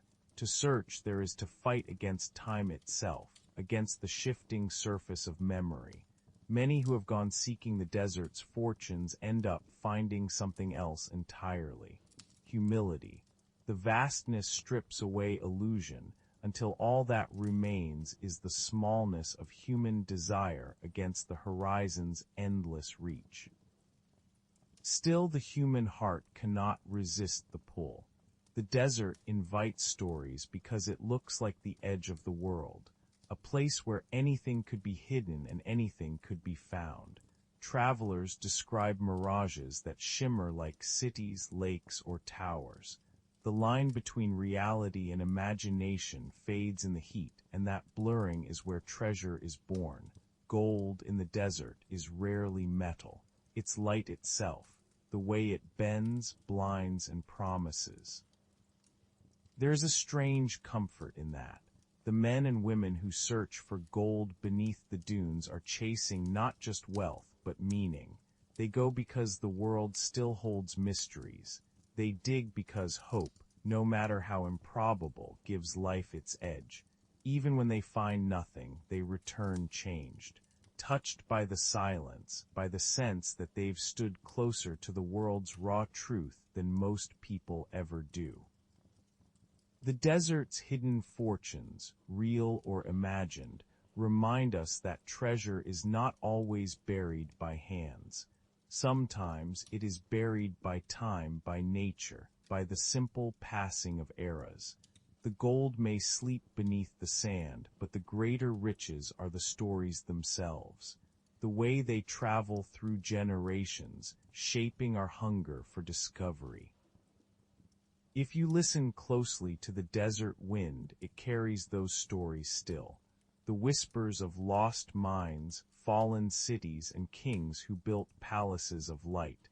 They say the sand remembers everything, even the footsteps that vanish at dusk. And maybe that's true. Maybe every grain of it once held a glimmer of something human. A coin, a dream, a promise left unfinished. In the end, the desert does not care what it hides. It keeps its secrets because it must. Its silence is not cruelty but balance. What it buries it also protects. And every so often, when the time is right, it opens its hand and lets one secret go. A coin shining in the dust, a ruin rising from the dunes, a story retold by those who dared to look. The next chapter leaves the vast quiet of the desert for something more intimate. The fields and farms where ordinary people stumbled upon treasures they never sought. Not empires, not explorers, but simple men and women whose lives changed in a single moment of luck, when history rose up from the soil beneath their feet. Chapter 11: The Farmer's Luck. Sometimes treasure is not chased, it is found. It lies quietly beneath the fields where people live and work, unnoticed for centuries, waiting not for explorers or scholars but for ordinary hands, the kind that plant seeds, mend fences, and expect nothing more from the earth than what it gives back in crops. And yet sometimes the soil gives something else. It gives history, it gives astonishment, it gives the sound of metal against metal, a quiet ring that changes a life forever. It happens suddenly, and it always begins the same way. A farmer digging a trench for water pipes, a gardener turning the soil for spring planting, a man walking his dog through a muddy field with a metal detector and a pocket of small hopes. These are not treasure hunters or thieves of time. They are people going about their days when the ground decides to speak. One such voice rose from an English field in 2009. The man was named Terry Herbert, an unemployed metal detectorist who had been walking the same patch of farmland near Hammerwich in Staffordshire for years. His machine gave a faint signal, one he might easily have ignored. But when he dug, the soil opened onto gold. First a small piece, then another and another. By the time archaeologists arrived, they had uncovered the largest Anglo-Saxon hoard ever found, more than 3,500 objects. Sword fittings, crosses, and golden fragments of battle gear, their surfaces still shining after 1,300 years underground. The find became known as the Staffordshire Hoard, and it was unlike anything ever discovered in Britain. Its craftsmanship was intricate, its meaning uncertain. Scholars debated whether it was loot from battle or a royal collection hidden in fear. What no one could deny was its power, not just artistic but emotional. To see it laid out after centuries of darkness was to glimpse the hands of warriors and kings who once believed their gold could outlast time. It hadn't. But in being found, it had become immortal in a different way. What made Herbert's discovery remarkable wasn't just its size or value, but its simplicity. He wasn't looking for greatness, he was listening for possibility. His luck was not the kind that strikes like lightning. It was the quiet kind, the kind that comes to those who keep showing up, patient and open to the world's small surprises. The ground, after all, only speaks when someone is willing to listen. The same story repeats itself across the world, in different soils, in different languages. In 2013, in California's Sierra Nevada foothills, a couple walking their dog noticed a rusted can sticking out of the ground near an old tree. They dug it up, thinking it was trash, but inside were rows of gold coins. More than 1,400 of them, minted in the 1800s and worth over $10 million. The find became known as the Saddle Ridge Hoard. Its origin remains a mystery. Some believe it was buried by a miner or a thief. Others think it was the savings of someone who never returned. Whatever its story, it reminds us that even in a country built on the promise of fortune, true fortune often comes to those who aren't looking for it. There's something humbling about these discoveries. They break the myth that treasure belongs to kings, explorers, or pirates. They remind us that wealth, in all its forms, sometimes chooses its finders. These are not stories of conquest or ambition. They are stories of chance, of timing, of quiet connection between human beings and the deep patience of the earth. In Denmark, a farmer named Olginerup Schitz experienced that same quiet miracle in 2020. Only a few hours into his first outing with a metal detector, he uncovered one of the largest gold hoards ever found in the country. Nearly a kilogram of gold artifacts dating back 1,500 years. The pieces were so finely worked that scholars compared them to offerings to the gods. They believed the treasure was buried deliberately, perhaps as a plea for protection in a time of upheaval. And then, for centuries, it waited. These are the stories that make the world feel smaller, where history is not something trapped behind glass but something that can rise up beneath your boots. They show that treasure is not always lost because of greed or war. Sometimes it is hidden by love, reverence, or fear. The same feelings that guide people today. Every discovery is a conversation across time, where the finder becomes the answer to a question someone asked long ago. Will anyone remember us? But luck is not only about gold. In fields and gardens around the world, people have unearthed relics that carry stories more precious than wealth. Letters sealed in bottles, medals from fallen soldiers, old toys, forgotten rings. Each one, however small, holds a fragment of life, a reminder that time does not erase everything. The ground is a keeper of stories, and every now and then it lets one go. Archaeologists often say that excavation is an act of care, a dialogue with the dead, but when the finder is not a scholar, the moment feels even more intimate. There's a purity to it. A farmer's hands are not looking to dissect history, they are simply open to it. The shock, the wonder, the stillness that follows. It's a kind of quiet reverence. When Terry Herbert brushed the soil from that first golden cross, he didn't just uncover wealth, he uncovered wonder. The magic of the farmer's luck lies in its honesty. These discoveries are accidents born of everyday life, reminders that history is not distant. It's right beneath us, breathing softly through the soil.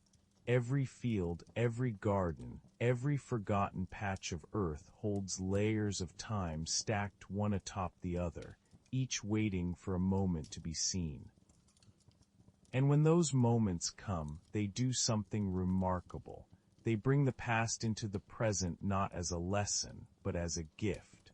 The people who find these treasures rarely keep them hidden.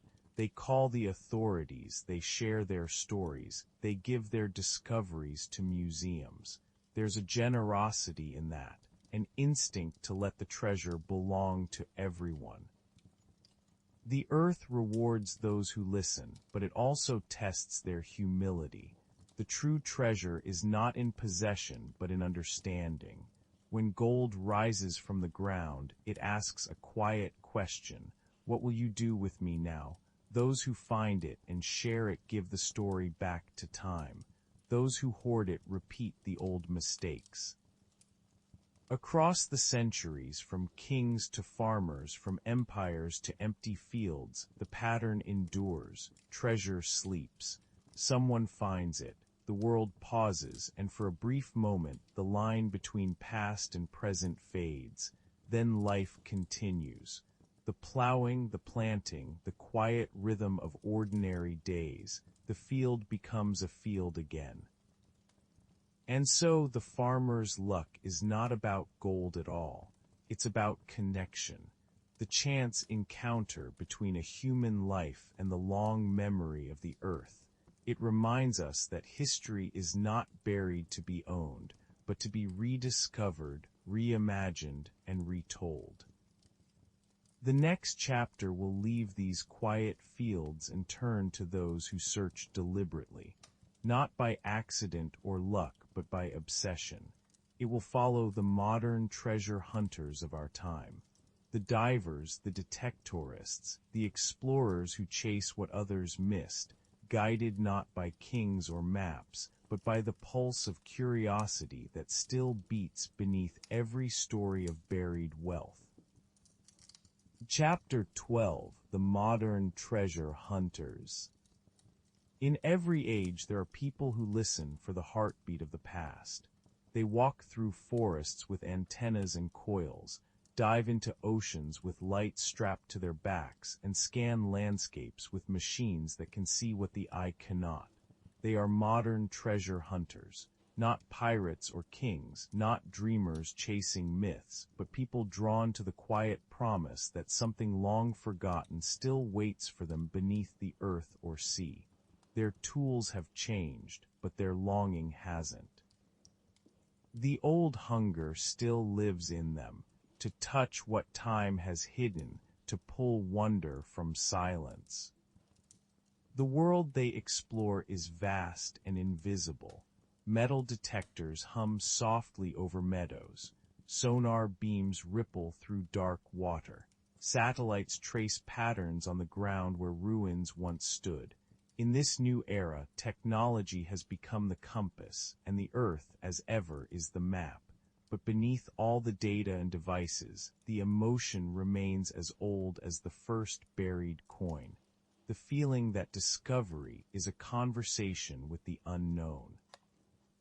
On the shores of the Baltic Sea, divers explore the wreck of the Vasa, a 17th-century Swedish warship that sank on its maiden voyage and was rediscovered in near-perfect condition in 1961.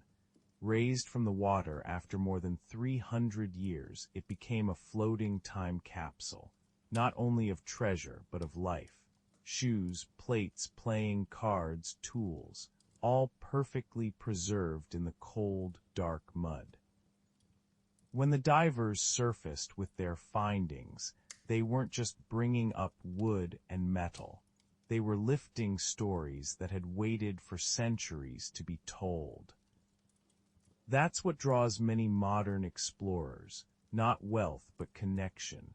Few who dedicate their lives to searching for lost things get rich.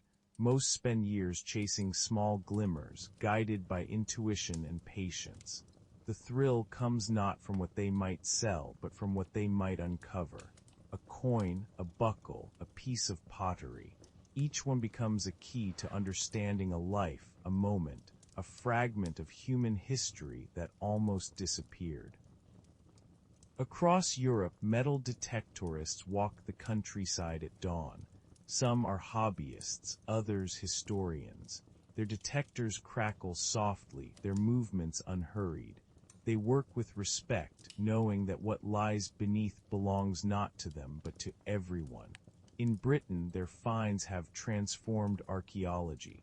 Thousands of hoards, jewelry, and coins have been discovered not by scholars, but by these quiet wanderers, each one expanding the map of history. Every tone and signal from their machines is a whisper from another age. One such whisper led to the discovery of the Frome hoard in 2010. A man named Dave Crisp, scanning a field in Somerset, uncovered more than 52,000 Roman coins sealed in a clay pot. He could have taken them, sold them, vanished into obscurity. Instead, he called the authorities and watched as archaeologists lifted the vessel from the ground intact. When asked why, he said simply, "It wasn't mine to keep." That humility, that sense of belonging to something larger than oneself, defines the best of the modern treasure hunters. But not all searches end so nobly. The pursuit of lost riches still carries the same dangers it always has: greed, obsession, and ruin. In the mountains of Eastern Europe, groups still chase the fabled Nazi gold trains. In the jungles of the Philippines, men dig for Yamashita's gold, often risking their lives for a fortune that may never have existed. Technology fuels their hope, but the heart of the chase remains as fragile as ever. Hope, after all, is the oldest tool of all. In the digital age, treasure hunting has also moved online. Satellite imagery reveals strange patterns on land, shapes of walls, foundations, and roads invisible from the ground. Archaeologists use these images to find lost settlements, while enthusiasts pore over them in search of hidden chambers and vaults. Artificial intelligence now predicts where ancient sites might lie buried, transforming the hunt into both science and art. The romance of the shovel and compass has given way to drones and data, but the essence of discovery is unchanged. We still dig to understand ourselves. Underwater exploration, too, has entered a new chapter. Deep-sea submersibles scan the ocean floor with precision unimaginable a generation ago. Each year, new wrecks are found. Spanish galleons, Viking ships, World War submarines, their contents preserved in the cold darkness. But what they offer now is not plunder, but knowledge. When explorers uncover them, they often leave the treasures untouched, mapping them instead, letting them rest in peace beneath the waves. The ocean, they've learned, is not a vault to be emptied, but a library to be read. For every great discovery, there are hundreds of small ones. Coins found near rivers, buttons lost from uniforms, rings once slipped from fingers. These are the finds that make up the quiet fabric of human memory. Modern treasure hunters, in their own way, are caretakers of that memory. They walk the line between curiosity and reverence, between the thrill of finding and the wisdom of letting go. Each discovery, no matter how small, reminds them, and us, that the past is not gone. It's only waiting. There is something beautifully paradoxical about their work. To dig into the ground is to disturb it, yet their purpose is preservation. To unearth the forgotten is to give it back to history. In their hands, the act of discovery becomes an act of care, a promise that what is found will not be lost again. Many modern treasure hunters speak of moments when time seems to stop. A signal beeps, the spade strikes something solid, the air grows still. They kneel, brush away soil, and see the edge of a coin, the glint of metal, the curve of pottery. For a heartbeat, the centuries collapse. The object they hold once belonged to someone who also dreamed, feared, and loved. That connection, brief but profound, is the real treasure. And yet, even in this new age of technology and discovery, the mystery remains. There are still things buried that may never be found. Lost vaults, hidden temples, sunken ships resting in depths beyond our reach. The search continues not because we believe we can uncover everything, but because we need to keep looking. The act of searching gives meaning to time itself. The modern treasure hunter stands at a strange intersection of past and future. They use machines to uncover stories older than history, and in doing so, they remind us that we are all part of that same cycle, that what we build, lose, and bury will someday be found again. Their patience and reverence bring balance to a world that often forgets to listen. The earth still hums beneath our feet, full of quiet signals. Some are metal, some are memory. The people who hear them, who stop, kneel, and dig with care, remind us that treasure is not about possession, but about attention. It's about seeing the world as layered, alive, and generous. As we leave these modern explorers behind, the story turns once more toward mystery. Beyond the finds and the technology, there are still treasures that have never been claimed. Lost rooms, vanished artifacts, and rumors that stretch the imagination. The next chapter will travel into that space between history and myth, where the most famous treasures still wait in silence, unproven, unseen, yet somehow real in the collective dream of humanity. Chapter 13, The Lost Treasures Still Waiting. There are treasures the earth has already returned to us. Coins pulled from the soil, ships lifted from the sea, temples uncovered by patient hands. But there are others that remain beyond reach. They live in the space between history and imagination, their locations unknown, their existence half-proven, their stories carried like whispers through generations. These are the lost treasures still waiting. The ones that haunt explorers, that tease historians, that keep alive the idea that mystery still breathes somewhere in our well-mapped world. Every era leaves something behind. Some losses are accidents, others deliberate disappearances. Gold hidden from enemies, artifacts sealed in haste, riches swallowed by fire, water, or time. But the reason these lost treasures endure in our imagination is not just because they are valuable. It's because they represent the unfinished story of human longing. We want to believe that not everything has been found, that there are still secrets worth searching for, that history has not told us everything it knows. The Amber Room is one such secret. Built in the early 18th century in Prussia and later gifted to Russia, it was a masterpiece unlike anything else in the world. Walls made entirely of amber panels, gilded with gold leaf and inlaid with mirrors that caught light like fire. It glowed like the inside of a sunset. When the Nazis invaded the Soviet Union during World War II, they dismantled the room and shipped it to Königsberg, where it was displayed briefly, and then vanished. As the war turned, the city was bombed, and the Amber Room was never seen again. Some believe it was destroyed in the flames. Others insist it was hidden before the city fell, sealed in a mine, sunk in a lake, or packed onto a lost train. Over the decades, dozens of expeditions have searched for it. Walls have been drilled, tunnels explored, lakes dredged. Every few years, a new clue emerges, reigniting the flame of curiosity.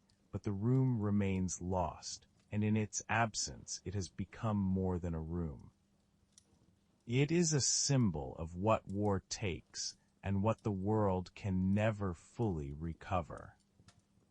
Then there is the legend of the Florentine diamond, a gem of extraordinary size and pale yellow fire. Once owned by the Medici family, it passed from hand to hand through Europe's royal courts, a silent witness to power and betrayal. After World War I, it vanished from record, last seen in Austria, perhaps carried away in secret, perhaps recut into smaller stones. Its fate is unknown. The Florentine story is quieter than the Amber Rooms, but it carries the same haunting echo. The beauty that once illuminated the halls of power now sleeps somewhere unseen, or perhaps no longer exists at all. Not all lost treasures belong to royalty. Some are the remains of entire civilizations swallowed by time. The tomb of Genghis Khan, for instance, has never been found. The Mongols who buried him killed anyone who saw the burial, then rode horses over the site to erase its trace. For centuries, archaeologists and adventurers have searched the steppes of Mongolia for his resting place, but the land has kept its promise. It will not tell. Whether by coincidence or curse, no one has succeeded. And perhaps no one ever will. There are other resting places that still elude us. The tomb of Alexander the Great, once said to lie in Alexandria but lost after centuries of earthquakes and wars.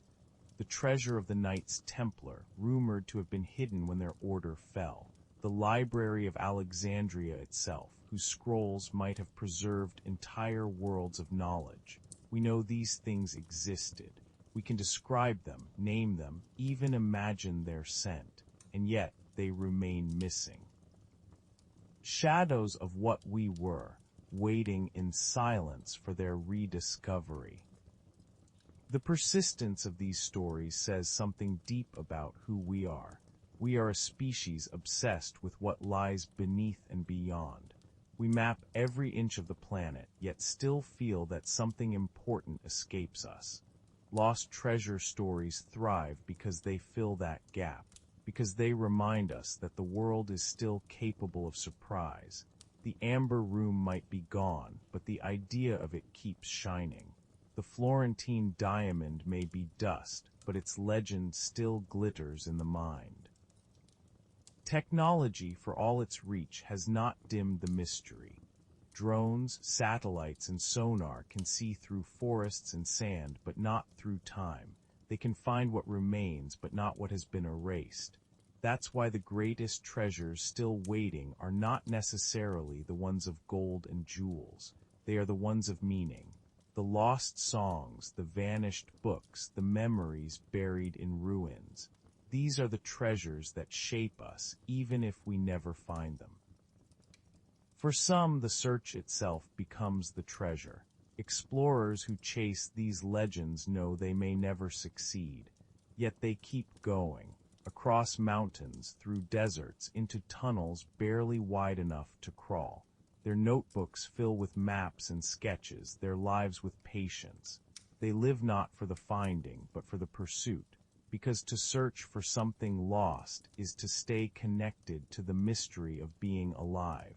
It's to refuse to believe that everything has already been seen. The irony of lost treasure is that the longer it remains hidden, the more valuable it becomes. Not in money, but in imagination. A gold bar can be melted, a diamond recut, a room reconstructed, but mystery cannot be replaced. The moment of not knowing, of wondering, is its own form of wealth. The amber room may one day be found, or it may already be gone. Either way, its story will outlive it, because people need something to look for. Some treasures, of course, are lost on purpose. They are hidden not to be found, but to be protected, from greed, from destruction, from the unkindness of time. Ancient priests sealed their temples knowing that discovery would mean desecration. Families buried heirlooms knowing that survival meant forgetting. In those cases, the secret is part of the gift. To hide something is to trust the future to find it only when it is ready. And maybe that's what all lost treasures are, not absences but promises.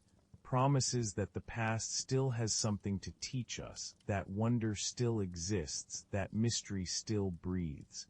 They remind us that we have not outgrown the oldest human question: what else might be out there, waiting for light? If you stand in a quiet place, a forest clearing, a desert dune, a calm bay, you might feel it, the sense that something is still buried just beneath the surface. It might be gold, it might be history, it might be an idea. The treasure is not only what we dig up, but what we keep believing in. And so the story of hidden wealth continues, not as a hunt for lost fortunes, but as a meditation on what we choose to remember and what we choose to let rest. The next chapter will leave the earth's depths and look instead within walls and homes, where treasure hides not under soil or sea, but in plain sight. Behind bricks, beneath floors, within paintings.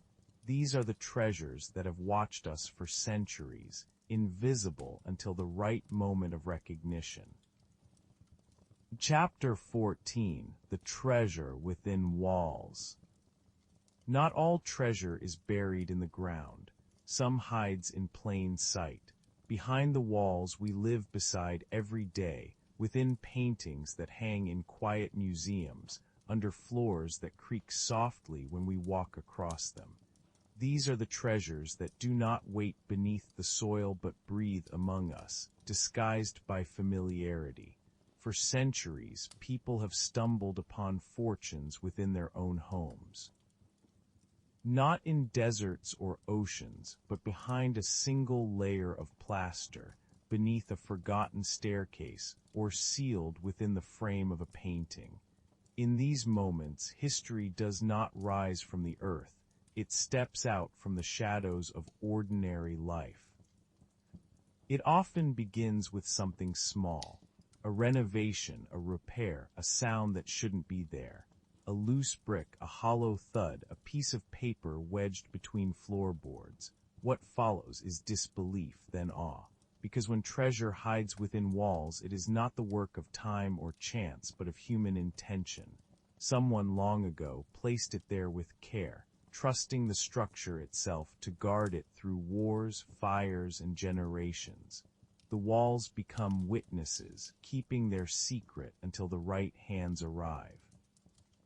In France in 2012, a man renovating his home in the coastal town of Brittany found a small tin box hidden behind a wooden beam.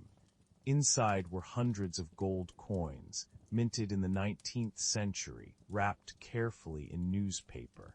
They had been hidden there during wartime, perhaps by a family afraid of occupation. The coins were worth nearly €1 million, but their value lay in something greater, in the intimacy of the gesture. Someone had once climbed those same stairs, heard the same creaks, and tucked their savings into the wall with trembling hands. They believed the house would outlast them. It did. These discoveries remind us that walls are not just boundaries. They are keepers of memory. In Italy, restorers cleaning the walls of a villa uncovered frescoes hidden beneath centuries of paint, revealing scenes that had not been seen since the Renaissance. In New York, a homeowner tearing down an old wall found a cache of Prohibition-era bottles of whiskey, still sealed and labeled, a secret toast from a time when the drink itself was outlawed. In both cases, what was hidden was not only valuable, but alive with story, traces of how people once lived, what they feared, and what they dared to keep safe. Sometimes the hidden treasures are not found in walls but on them. Art has long been the most discreet of vaults. Paintings have concealed fortunes not only in their beauty but beneath their surfaces. In 2015, a man in France discovered a lost Caravaggio painting behind a wall in his attic, preserved perfectly in darkness. It had been hidden for centuries, perhaps to protect it from theft or destruction during war. When experts examined it, they confirmed its authenticity. A masterpiece lost and found by accident, shielded by neglect. Then there are the stories of masterpieces stolen and hidden deliberately. Art taken not for love, but for power, hidden away like prisoners of beauty.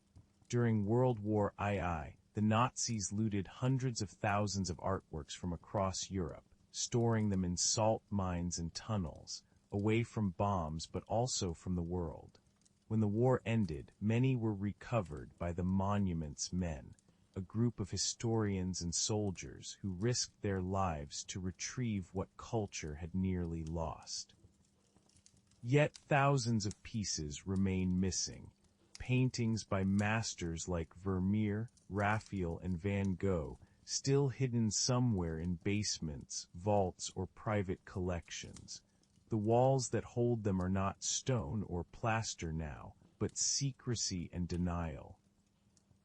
One of the most enduring mysteries of hidden art is that of Gustav Klimt's portrait of a lady, stolen from a gallery in Italy in 1997.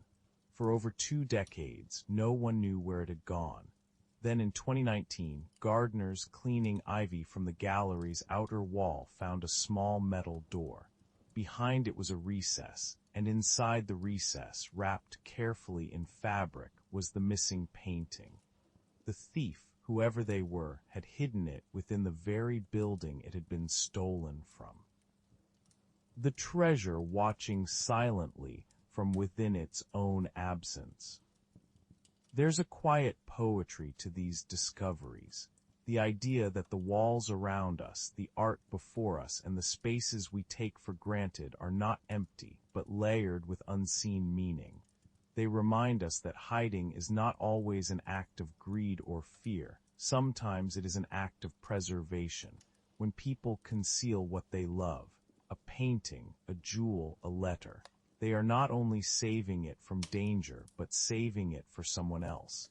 The hidden thing becomes a message to the future we were here.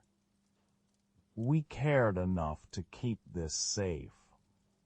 And sometimes the treasures within walls are not material at all. In an old house in Poland, a carpenter once found a bundle of letters tucked into a hollow beam. They were written by a Jewish family before they were taken away during the war. Notes of farewell, small details of daily life signed with love. There was no gold, no jewels, only words. Yet their discovery carried more weight than any coin could. They were voices returned to the world, freed from silence by accident and compassion. In that sense, every hidden treasure is a resurrection. Whether it's a painting rediscovered, a cache of coins unearthed, or a letter unsealed, each one reintroduces a moment that time had forgotten.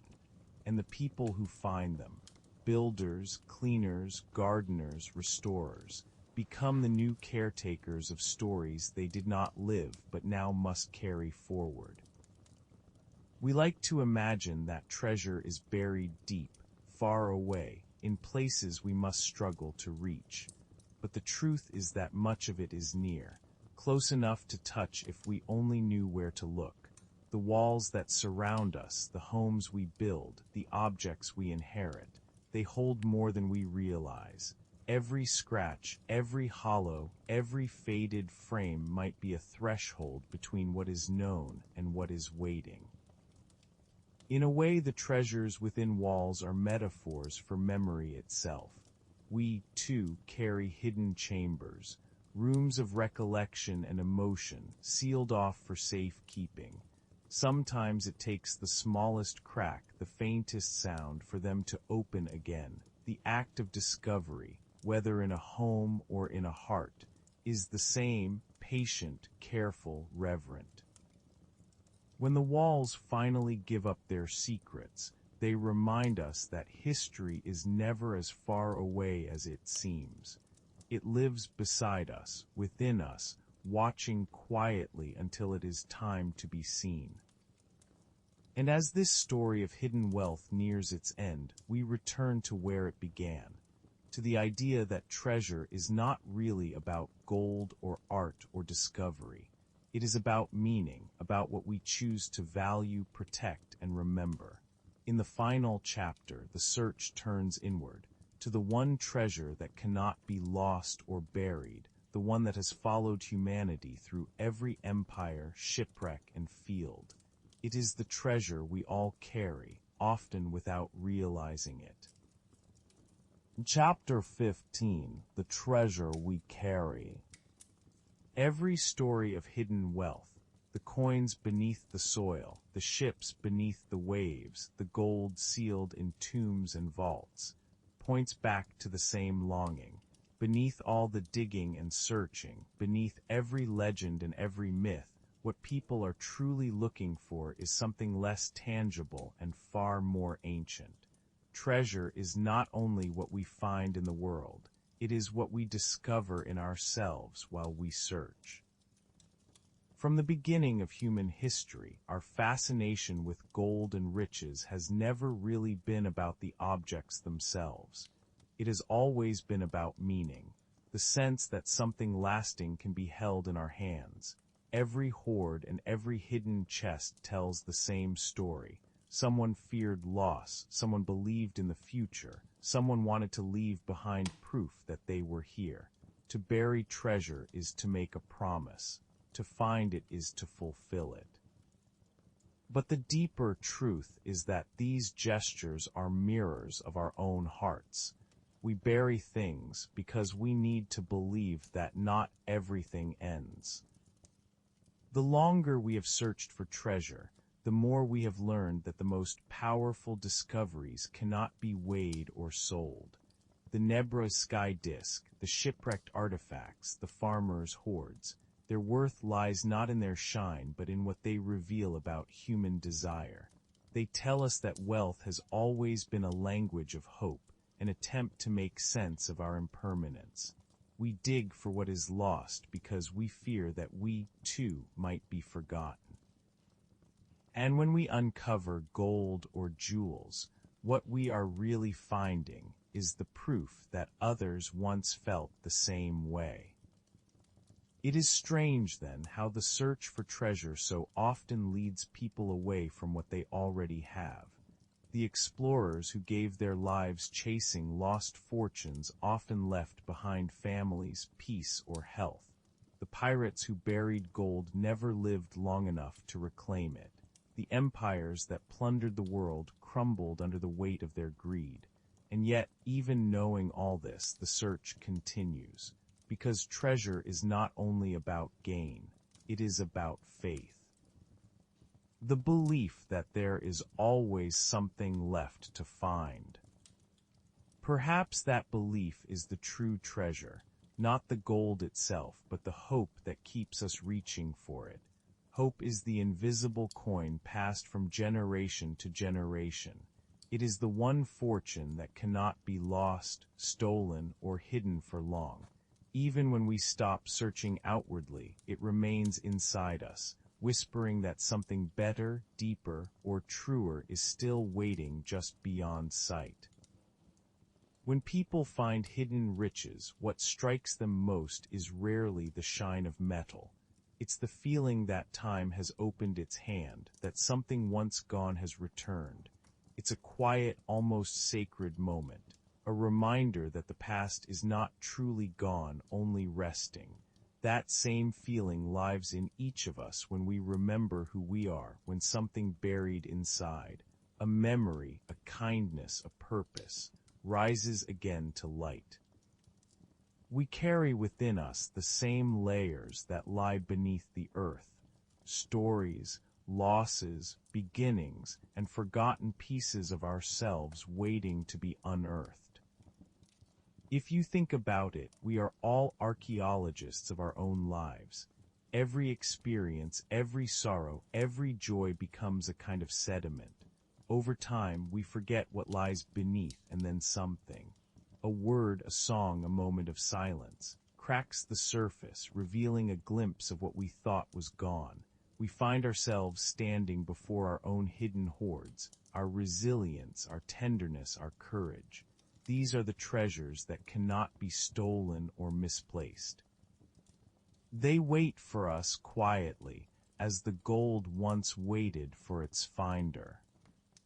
Across the centuries, people have risked everything for treasure. Some died chasing it. Some found it and lost it again. Some discovered it by accident. But in every case, the pursuit revealed something about being human. Our fear of time, our hunger for meaning, our need to believe in permanence. In truth, what we've been looking for all along isn't gold, but grace. The sense that life has value beyond its impermanence. When we uncover ancient hoards, we are not just holding the past, we are holding the emotions that created them. The fear of a Roman family burying coins as soldiers approached. The faith of a priest hiding temple offerings beneath the desert sand. The love of a father who tucked a ring into a wall before leaving home. Every treasure unearthed is a reflection of love in some form, love of safety, of beauty, of the future. That is what we recognize when we look at them. That is what stirs us.